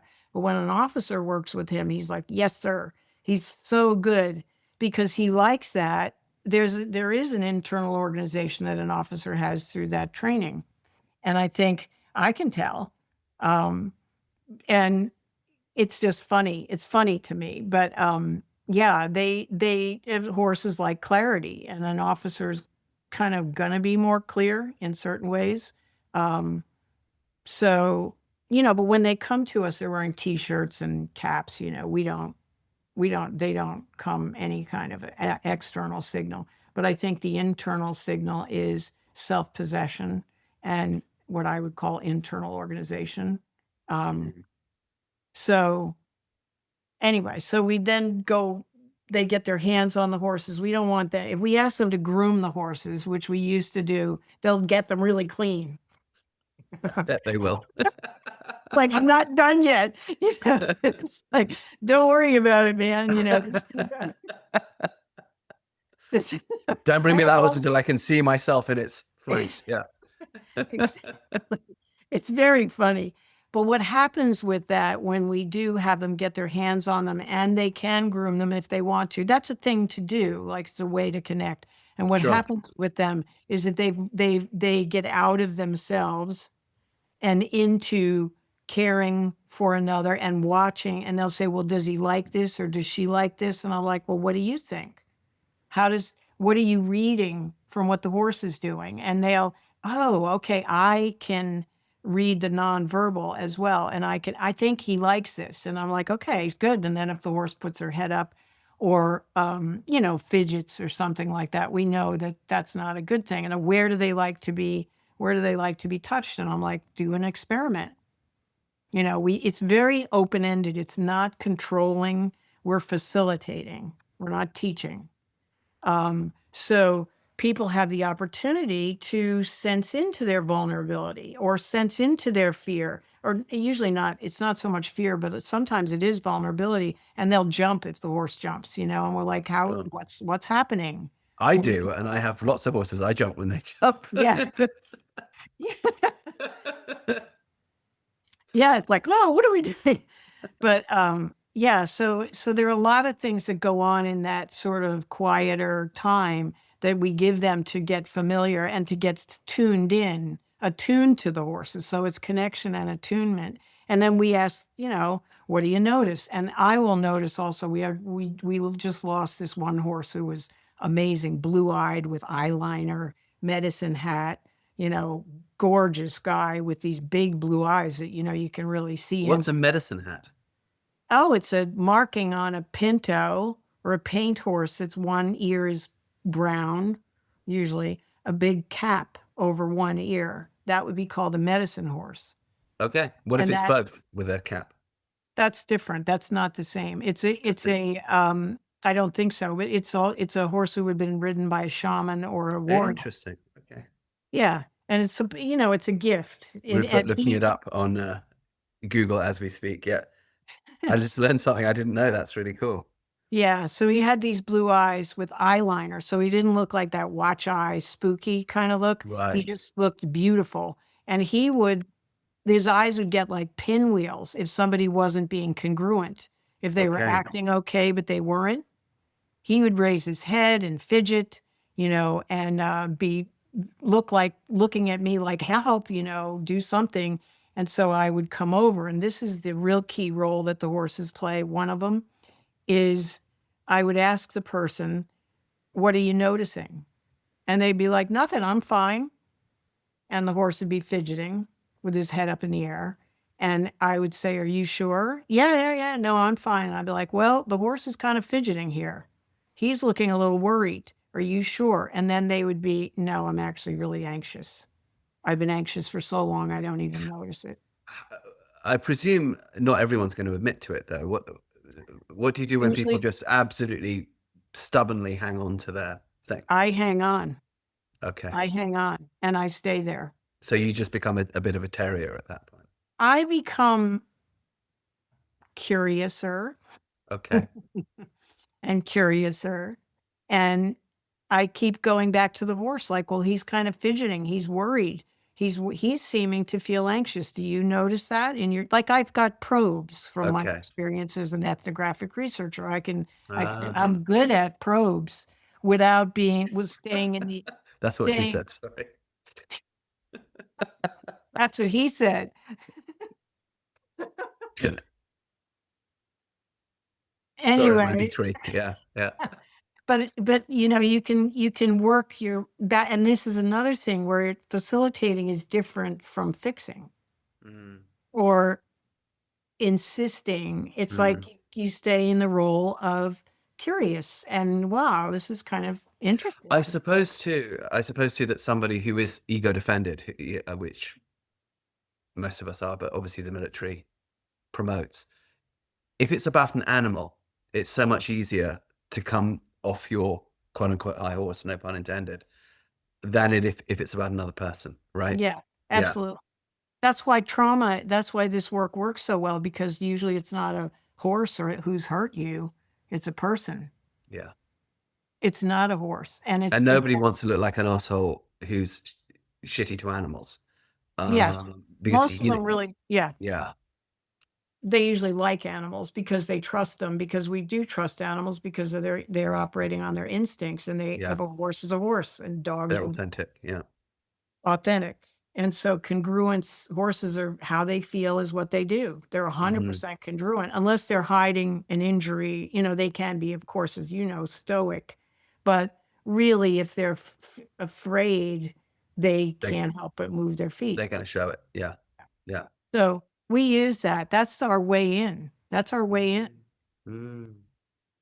And they give us the entree. Whereas if I was just a person saying, This animal is not ashamed to show its fear. right. So what a great model. Yeah. What a great model for authenticity. And we take advantage of that because that's our entree, because these people don't know us. I mean, if I said, are you anxious? They'd be F you. I'm fine. So the horses. Okay. Yeah. So that's And then when you get them actually quote unquote working with the horses, what do you do? well, we ask them to lead them around. We have a particular way of asking them to lead. We use rope halters, and we use, a loop in the line, and they can't pull them. If they need to push them, they can a little bit, but we mostly want them to use their body energy. They're all three centers.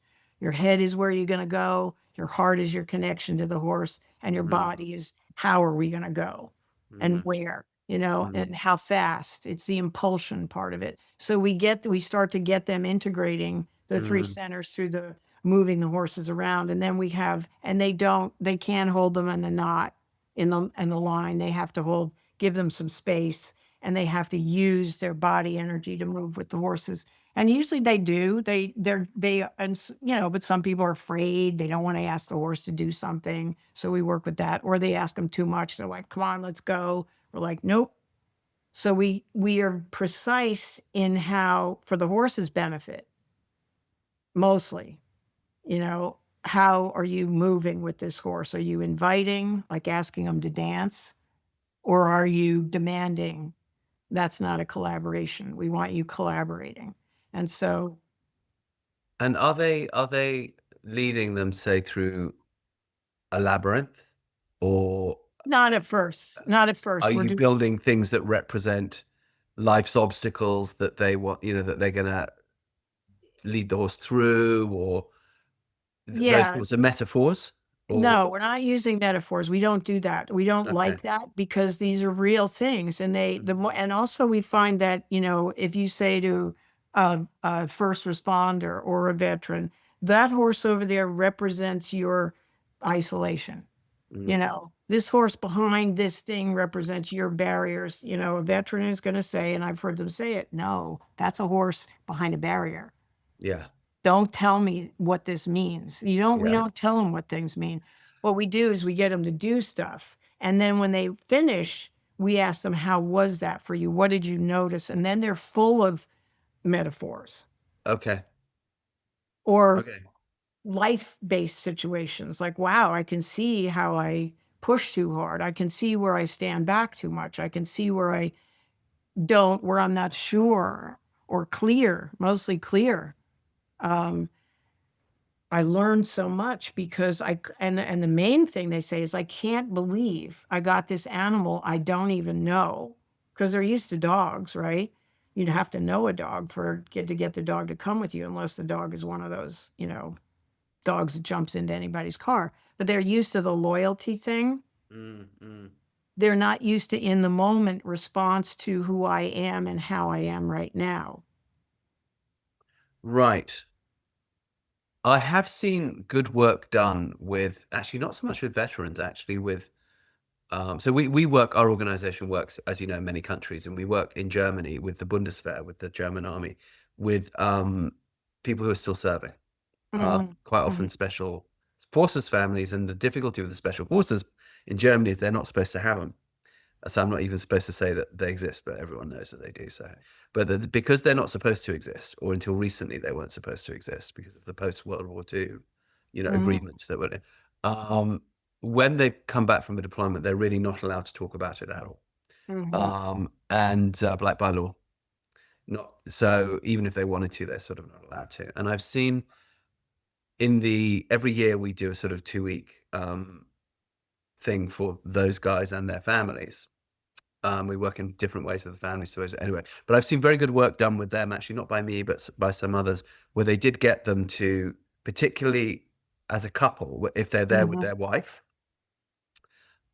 we might have their kids off playing, doing all sorts of other stuff that would do. And then there's a couple of people working with the couple, and they might build a sort of obstacle course Yeah. and go through it together, but they're not being told that yoga ball is your dad, or anything. Right.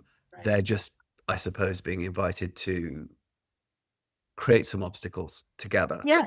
Well, Uh, that would be collaboration. That would be okay, collaboration okay. between humans, which is great. We did some work with couples, which I'd like to do more of this year, with first responder couples. They were Mm, blown away by what they mm, saw about each other, mm. because they come home and they don't talk, as you know. Yes, so I think it's fine to do those things. I think Okay. anyway, we walk around, then we ask them to do, like a circle with inviting the horse forward in a circle. And that's a big thing. I had a vet do that with one of our horses. And when he got finished, he was like, oh my God. And I said, what? And he said, I was so focused on that horse that I had no idea what else was going around. And he said, my whole life is about all this distraction and attention. And he said, the last time I felt like this, I saw a bullet leaving the chamber of my gun in a firefight. That's the last time I was this focused. And he said, and I said to him, yes, and this time you were safe. And Okay. he was like, oh my God. I did what I didn't think I could ever do again, and this time I was safe. That's called uncoupling. That's a lot of what we do. You can bring up your energy and not be in danger. Rupert gets his phone out, looks up uncoupling. This is That's great. a I'm learning so somatic. much. That's a great. it's, it's a great term. Okay. Do you do all this in round pens and arenas? Do you go out into the forest? Yeah, Do we this? go Yeah. out. So after they're comfortable, we want to make sure people are safe and comfortable. We don't want to just throw them out somewhere. Although I suppose we could, but we go out. We stay in the round pen the first session. So we do the morning with the horses, then we have lunch and do this emotional agility thing. We talk about fear and vulnerability, the first one. And the second, and these are very funny. They use movie clips that are all about emotions, of course. So we use The Princess Bride for fear. Where Okay. Inigo Montoya, you kill my father, prepare to die. And then Christopher Guest runs off. And so that's our fear thing, and Right. we used very entertaining movie clips because we're not pointing it out as a bad thing. We're just saying Right. it's what happens. So we do fear and vulnerability, have lunch, a really healthy, good lunch, and then go back out and work with the horses. So we brought them to that place as what you call BDNF, right? So they're ready to learn. Okay. And for those people who don't know what BDNF is, because brain-derived neurotrophic factor, which is just a sciencey way of identifying a protein. It's a protein that is a building block that becomes a stem cell that becomes a neuron, billions of them. And you get them when you move and problem solve at the same time. So think dance, think sport, think play, think riding a horse, think walking across uneven ground even. All of these things will make your brain get smarter pretty smartly. Right. It's BDNF. Right. So the movement is there. The movement is there in the morning. So they are settled. They feel safe. They feel actually they've done something they didn't think they could do, which is probably another part of this. Like they've done something they never thought of or they didn't think they could do. And the brain, just like basic training, you know, when they almost kill you every day, then the next day you wake up and your body goes, oh, I didn't die. I guess I could do something else, you know? And so it's that sort of experiential learning that helps people settle down and feel surprised and happy with themselves, you know, joyful about, wow, I never thought I could do this. And that animal followed me without me knowing who that is. And I didn't demand it. I asked. It's all these things that go against the yes, no, black, white military type stuff. So, Okay, so then people are with you for how long, roughly? well, they're there for, then we go back out, work with the horses in the afternoon. Then the next time they come up, same thing. We check in, what did you notice based on the work? Do the body scan, the joint warm up, go out. We let them take the horses out, start a little bit in the morning with the connection. Then we go out down the road into the fields, asking them to do the stop start thing with their body and breath. That's a big part of it. Not demanding and pulling, like, you know, drop your energy down, use your breath.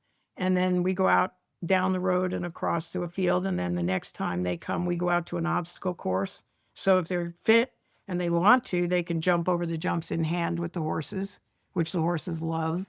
Go around the trees, do figure eights around the trees, but it's all on the ground, you know, and we do that. And then the last time we do liberty work with them. So we have the horses going around and then coming back in by choice, you know, so the horses are free to choose, which blows people away that they choose to walk with them if they invite them in the way a horse they understand.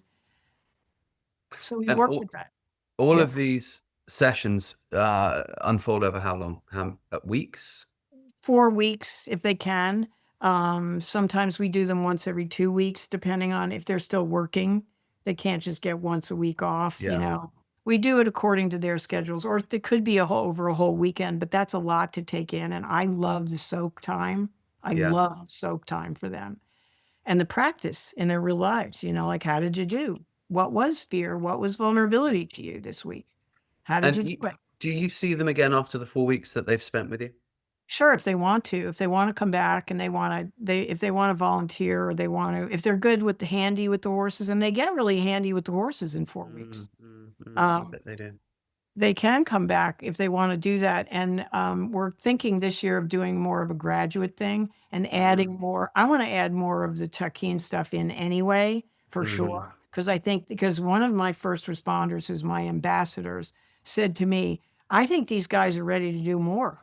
I think they wanna do more complicated stuff." Absolutely. Like, Absolutely. so then I meet Absolutely. you. Then I meet Yeah. you. You'll turn them all into wonderful classical trainers very fast. And Yeah. then you'll see your horses turn into meta horses because that's more BDNF for them, right? And the whole thing's just a positive Yeah. thing. But that's why we all need to meet each other, because all of these ways that we have of working are very complementary. I'm Yeah. busy. I've been taking notes from you. I've been like, oh, I have a bit of that, you know, from Jane. Yeah. That's the whole point, that we shouldn't sit in silos. And No.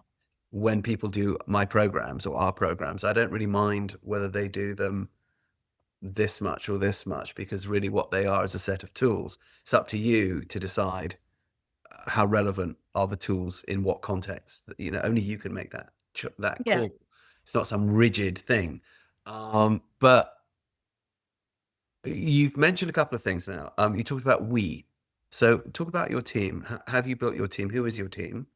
And how big are your groups, and what's your structure there? Yeah. My partner is David, who is he's an LCSW, and he What's that? came in a licensed clinical social worker. But he Okay. came into this. He became a social worker after he started to work with the horses. I met him training in Tucson. We were in two different classes, but he was from the East Coast. He was also doing Linda Kohanov's thing. Yeah, he did. Okay, And got he it. was out working in Montana with some horses. And this person, Leslie Desmond, I don't know if you know who she is, but I she's do know Leslie Desmond. Yeah, yeah. yes, So yes. she was working with him and she was going, I don't know, you've got something with horses that's really good, but I don't think you're supposed to ride them. I don't think that's what this is. And somebody else said, oh, yeah, that's that Linda Kohano shit that he's doing. So he was like, well, who's that? So he called up to Tucson and Linda answered the phone and then he got into an apprenticeship. Okay, with her. So I met Good. him through that. got it. And he lived in Brooklyn, of course, no horses. And so we just stayed in touch. And then in 2008, I said, this is what we're going to do. And All you right. need to move up here.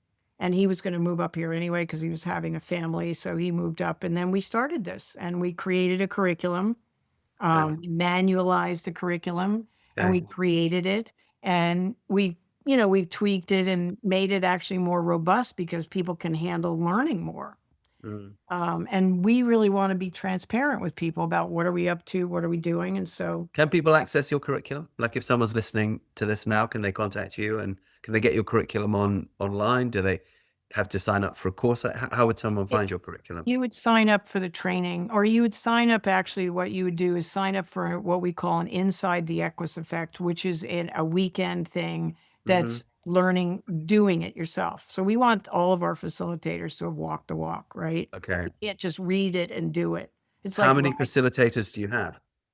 I think we have about 40 so Not far. necessarily working with you, people that you've trained who work in other. Yeah. Okay. I've got somebody coming in October from North Carolina, Got it. somebody coming from Maine, somebody coming from Massachusetts. Okay. So somebody can come to you, learn this, take it back to their thing Yes. and implement it. Yes. Got And it's a pretty rigorous course because we really want people to be able to know what their triggers are, because we like people to work in pairs if we can, but we also really want people to know what gets you. When are you putting more effort into this person than the person is? How do you know Right. you work?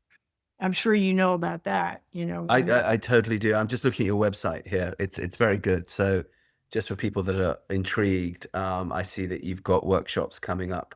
Mhm. We're in what are we in? April 2026, but it's more up to date than our website is. You've got, your stuff from May, July, July, October,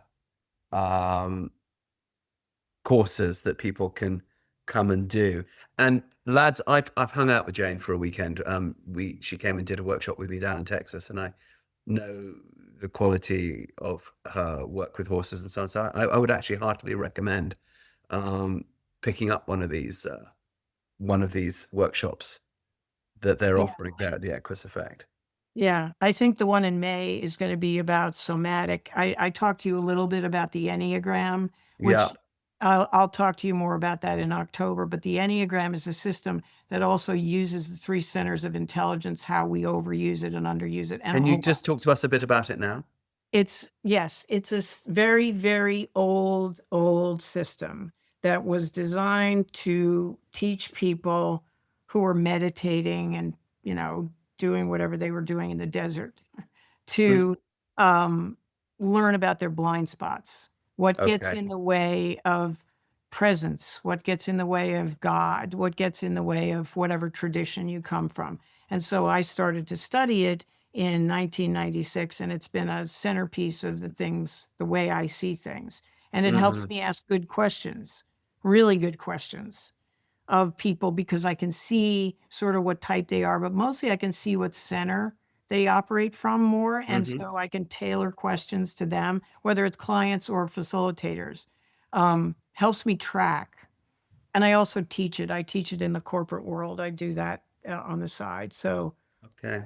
Anyway, it's a very cool system. And this person is coming in May, who's a somatic Enneagram person who uses the body to track defense mechanisms. And so the people coming in that are usually Enneagram people who are interested in this. And then we're going to add the horses to it.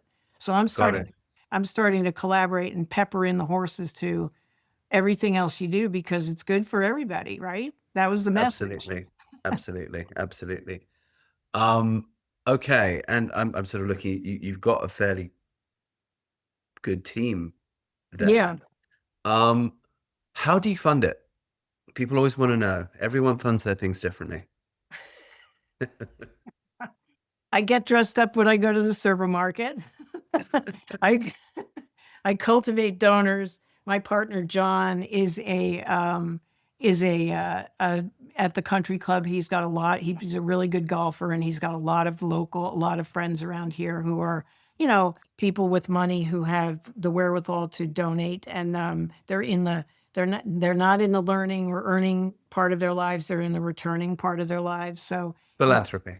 Yeah. Philanthropy. So we do that, and I also have a grant from the VA for the first time. Well, that was going to be my question because when we were first working, I don't know, 500 years ago in Texas, people said, "Oh, you should apply for a grant from the VA," and because we were already actually working with veterans and first responders, we just weren't, getting funded for it. And we looked into it, and I kind of fell at the first fence. I was like, how am I gonna... I'd have to devote, 25 years to figuring out how you go through this grant process. But then I would meet some people who randomly seem to get it. Like my neighbor who had a small therapeutic practice got the 75K grant from the VA. I was like, how do you even do that? She said, honestly, Rupert, I don't quite know. We just sort of got a bit lucky, but then this is a notoriously opaque organization to deal with. I know there's going to be people listening and watching who are trying to talk to us a little bit about that process, if you can. Yes, the process is a nightmare.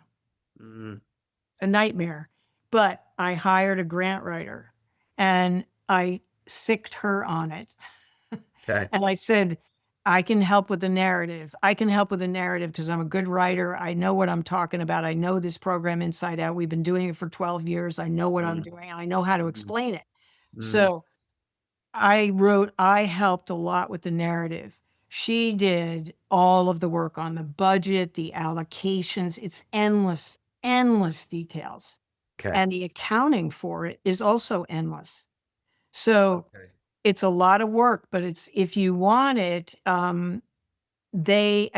what they're really good at is we were granted it for this last year. Then the second year is easier. Then they're like, okay, time to reapply. And then they actually give you all this feedback on what took away points from the first thing. I see. So it's the first foot in the door that's the hard. It is the very hardest. And if anybody wants help, I can help. Because I know how to navigate. I can tell you what you need to do, and I can tell you that it's hard, and I can tell you it's complex and stupid. But but the deal is once you're in, you're in. I see. And that is good to know. So it's worth people while to go through that painful transitional stage. Yeah. I mean, I was so mad because of the rules. I don't like the rules. That's part of the fun of being an outsider is I don't like the rules. And I don't do the rules unless it's really worth it. And in this case, because I had the help of this grant writer who was like, calm down. Just calm down. We can do this. And I gave her all the data. You have to have a budget. You have to have all this detail stuff. That's the foundation. That's the basement part of it. You have to have those ducks in a row because that's how they operate. Yeah. And they gave us a grant and they said, but we're not paying for lunches. Take that out of there. I was like, okay. So if people do want a little bit of guidance, you can give them that. Absolutely. Yeah. Absolutely. Okay, that's very valuable. So did you hear that, lads? As Jane gets 300 emails and inboxes.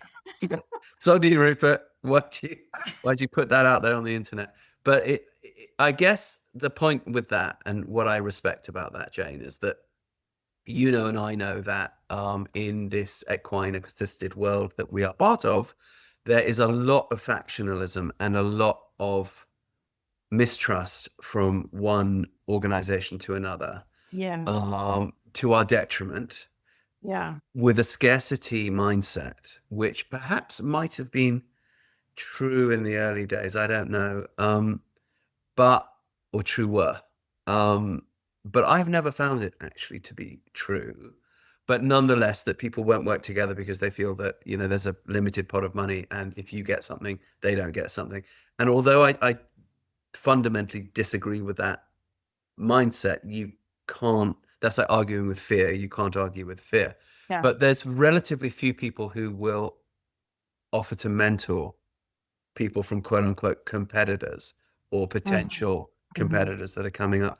But my feeling is that you have to, and you must, because even if we had a center, an equine assisted center every 5 kilometers, which would be great, we wouldn't even scratch the surface of the need. No, Um, I think that's right. and I not everybody can have a big operation anyway. Like some of our horseboy centers see hundreds of kids a week. They use tools that we've given them, but I couldn't do that. Mhm. That's not me. Mhm. But I totally respect that others can. But it means that there's room there for everybody. And if we don't mentor each other, so, you know, if you will mentor people in how to get money, that is the single most important thing for an organization. Otherwise, it just doesn't function. Yeah. Yeah, and I think there's another thing that goes on in our field. Part of it is, well, the competitiveness is exactly the same thing that you talked about in the dressage world or in any horse training world. Any competitive. Everybody has a religion that becomes a cult. And that's on the trainers.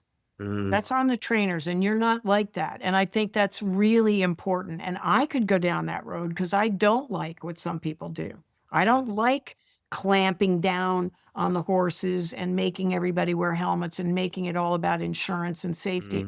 I don't like people saying, personally, I don't like it when somebody says we're doing equine assisted psychotherapy so they can get insurance. Yeah. You know, Yeah. and you're not, and I was going to say that about my partner, David. He's an licensed clinical social worker. When he came here to first armed with his information and knowledge, it's kind of not his nature. He's not a very fixer. He's not a fixer, but he came in and started to talk to some of these vets about their personal history, which is the psychological part, right? Your personal history and all that stuff. And it just didn't fit because the horses don't see the stories. They never see the stories. They see, how are you with me right now? And what you brought, the things you carried into this place, those are your things and your stories and your ideas about who you're supposed to be or who you can't be. But the horses only see who you are. And if you come in thinking that's all there is that keeps us, I think, all of us from trying something new, from being a beginner and from being Back to vulnerability again. Yeah. and curiosity. If you come with a bunch of baggage about who you think you are and all that stuff, it's really not helpful. The horses kind of don't see it. And so we work with what's happening now. What do you notice now? And I think that's the biggest part of our training is we teach people how to get there, how to be present I and think go ahead. Sorry, I didn't mean to interrupt you. just to track. Yeah, you talked at the very beginning of this conversation about curiosity, and you know we've now sort of reached the 2-hour mark, and it's really good that it's come back to that because sort of as we head into the sort of final stretch here, I wrote down a question, which I think I'm going to ask you when you said that, because curiosity is to some degree overridden or cancelled out or eclipsed in organizations like the military. Not entirely, not always, not in every, but as a culture, you're supposed to follow orders, not question. then if we accept that our society is largely militarized, that's what the corporate world is. It's just a Mhm. parallel reflection of the military, really. Mhm. We're told, from school age to be less curious, not more curious. Yes. Okay. I think this makes us uncompassionate. Mhm. Here's my question to you. Can you have compassion without curiosity? Well, you certainly cannot have resonance.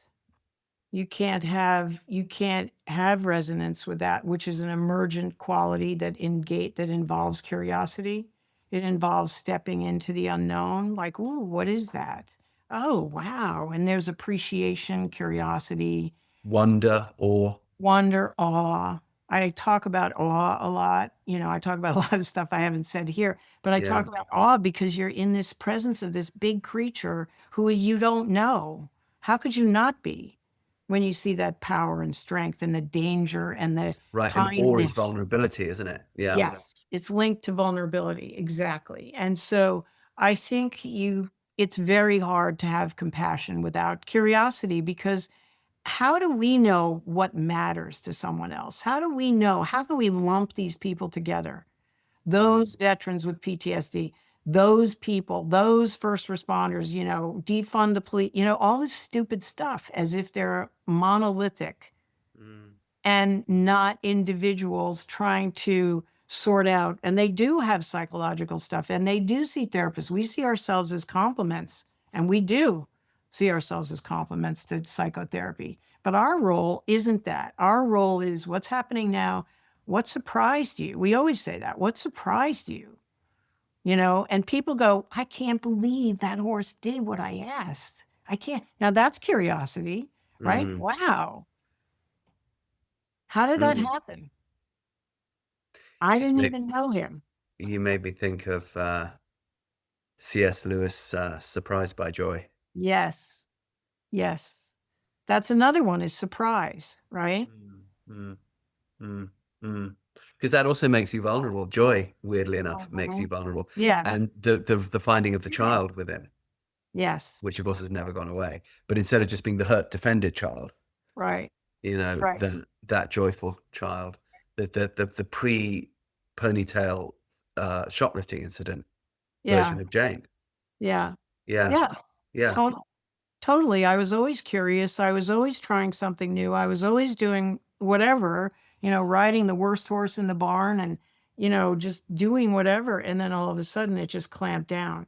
And I Mm, think that's where we all get stuck at some point in some way in our lives. We get told this isn't okay. You can't be like that. You have to do this or whatever, all the versions of it that happen in a mm, mm. million different ways, a Oh, sure. million different ways.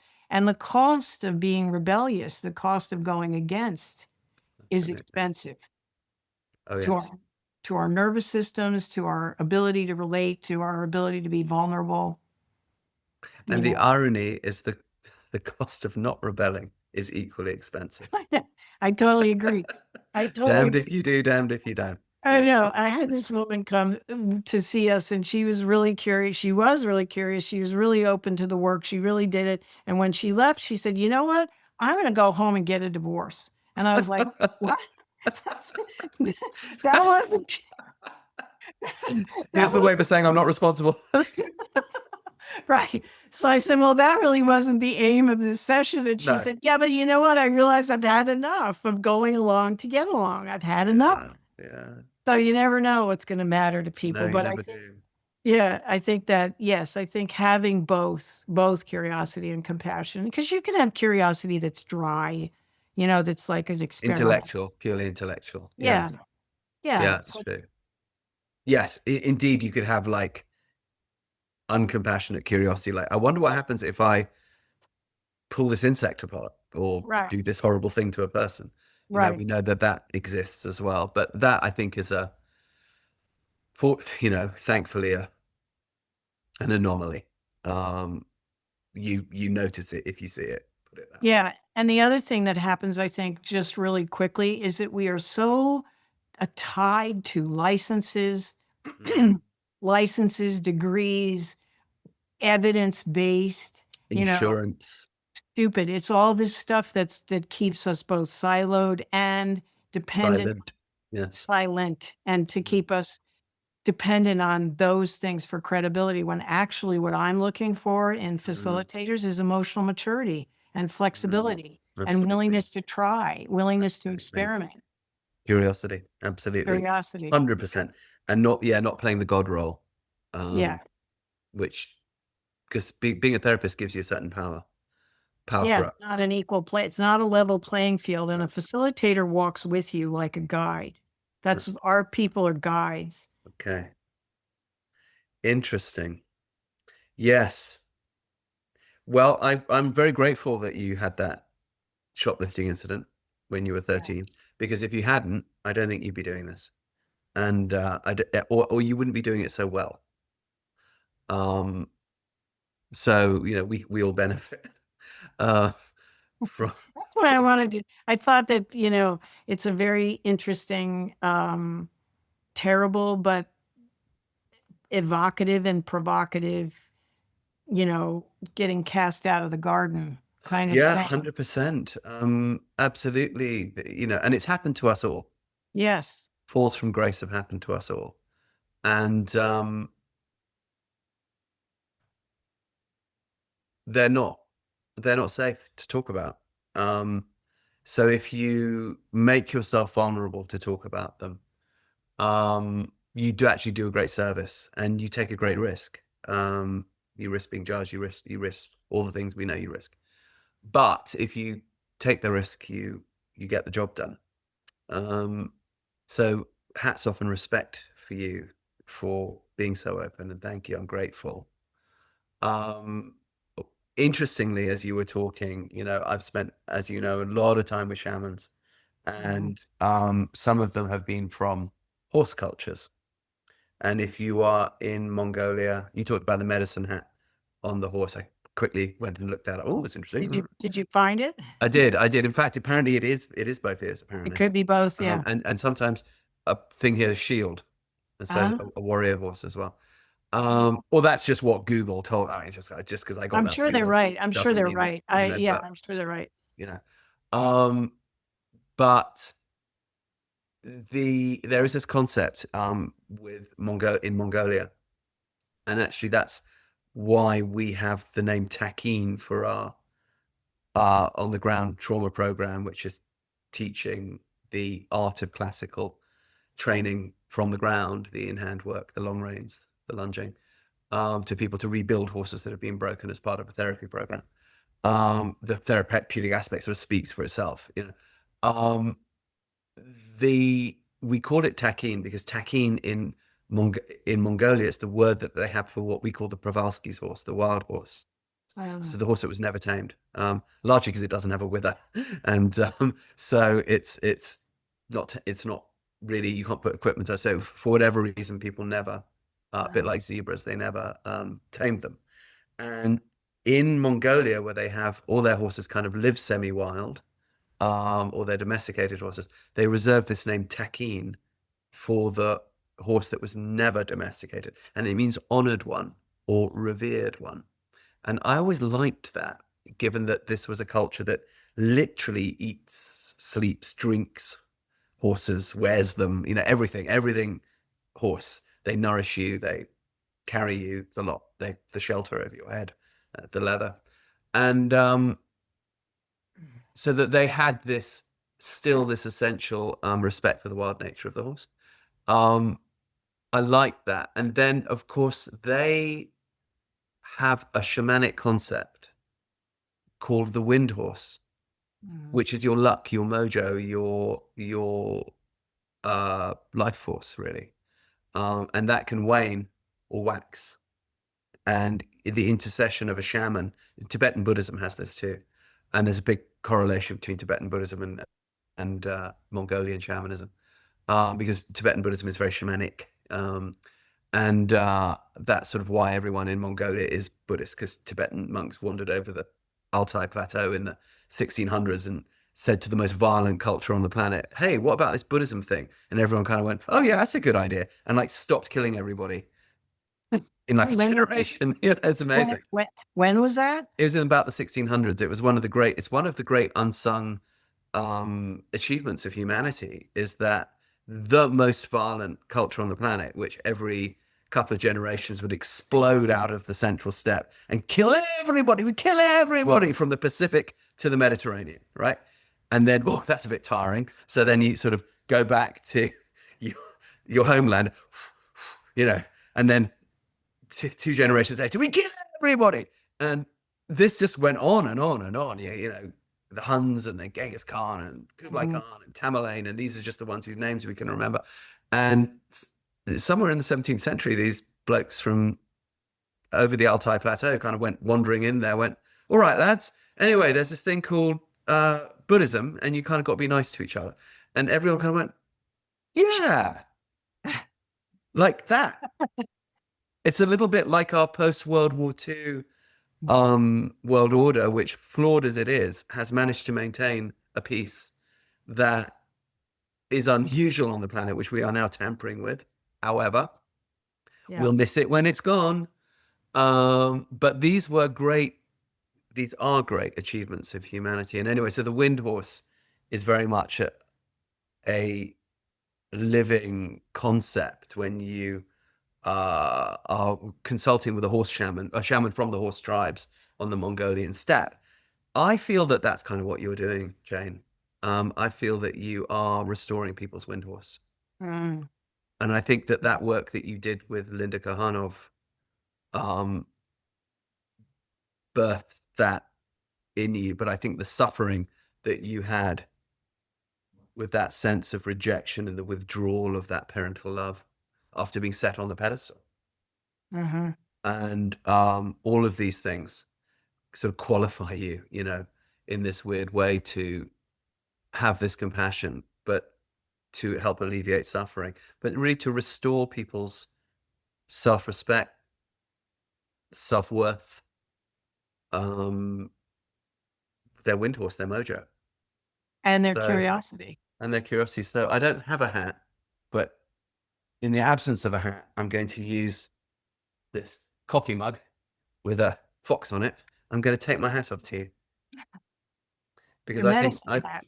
that's my medicine hat. Yeah, it's got a fox on it.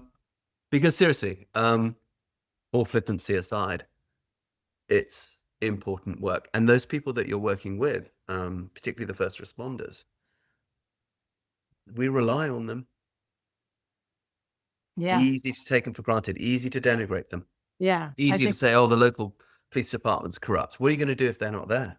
Yeah. That's what we said at an event we had 2 years ago. One of my board members, whose son is a Navy SEAL, said, why don't you talk about real impact? So I looked up the number of 911 calls in Litchfield County, which is a quiet county in Connecticut, 80,000 a year. 120,000 in Dutchess County, right over in New York State. These aren't even urban areas.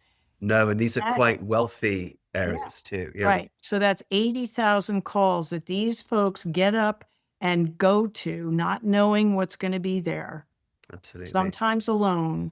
And guess what? Guess who benefits? Not just them, us. Yeah, sure. From this work. If you're on the floor, you can't get up. If your house burned down, who do you want that person to have had a good night's sleep? You want them to have a good relationship with their family? You bet. Yeah. So it's that kind of impact that we're also talking about. Yeah, happiness and joy. If they haven't got well-being, how can they transmit it to you in your time of need? Yeah. Right. Just like you said about the therapy horses, if they've got two sidewalkers and somebody at their head, and one of our board members was involved with PATH for a long time, and she said if a horse pinned his or her ears, we go knock it off, not what's up. Yeah. And certainly no work in between the clients to say, how can I help you? Or making sure that the work with the client is actually helping the horse. Yeah. Which isn't that hard to do, honestly. No. And I have a good Just have friend. to kind of want to. Yeah. Yeah, I know. I have a good friend who's an animal communicator who just wrote a whole guide for this, for the volunteers and staff, which I'll send to you. I'll send this to you because it's for any and all therapeutic riding places or therapeutic places with horses, how to be with them in between, right from the time you walk into their stall, how to be with them and how to make their job easier by giving them a connection with someone who, because they see so many people. And they're, instead of the centerpiece, they're the object. They're the means by which, as opposed to the centerpiece. And that's not right for those horses. And I think there's another thing that needs to change, you know? I couldn't agree more. Yeah, I'll send you this thing to you because she's just finishing the final touches on it. It's great. I read the whole What's her thing. name? Her name is Nicole Burkholzer.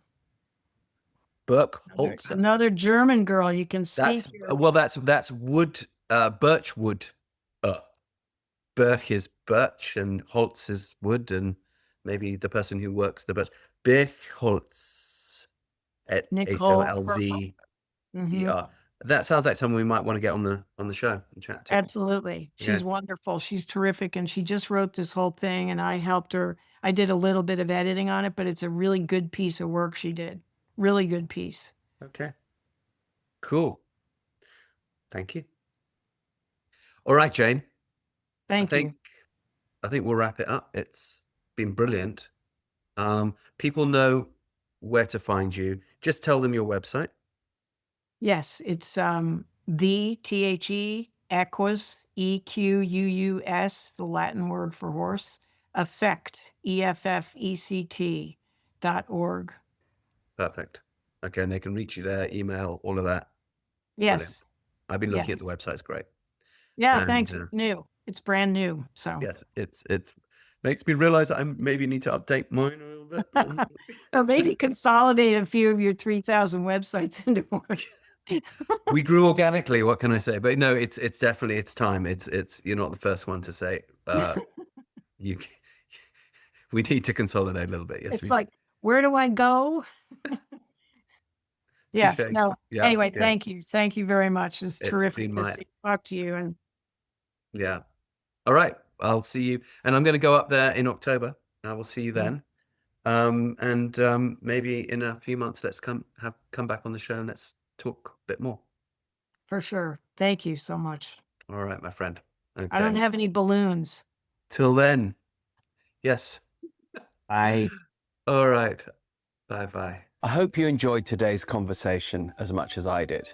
If you like what we're doing here, please do like, subscribe, tell a friend. It so helps us to get this valuable work done and the message of equine assisted stuff out there. And if you're interested in more conversations, you might want to check out our Live Free, Ride Free podcast. And if you'd like to support the podcasts, please go to rupertisaacson.com and click on the Patreon link. If you're a professional in the equine assisted field or are considering a career in the equine assisted field, you might want to check out our 3 certification programs: Horseboy Method, Movement Method, and Taquine Equine Integration. You can find all of those over on newtrailslearning.com. And finally, if you want to check out our cool rock and roll themed merch, back on rupertisaacson.com, please click on shop. You'll find all kinds of fun goodies there. And if you're looking for a way to spend time until the next podcast, you might want to consider reading the books that kicked all this off: The Horseboy, The Long Ride Home, and The Healing Land. So see you next time on Equine Assisted World. Join us for the adventure.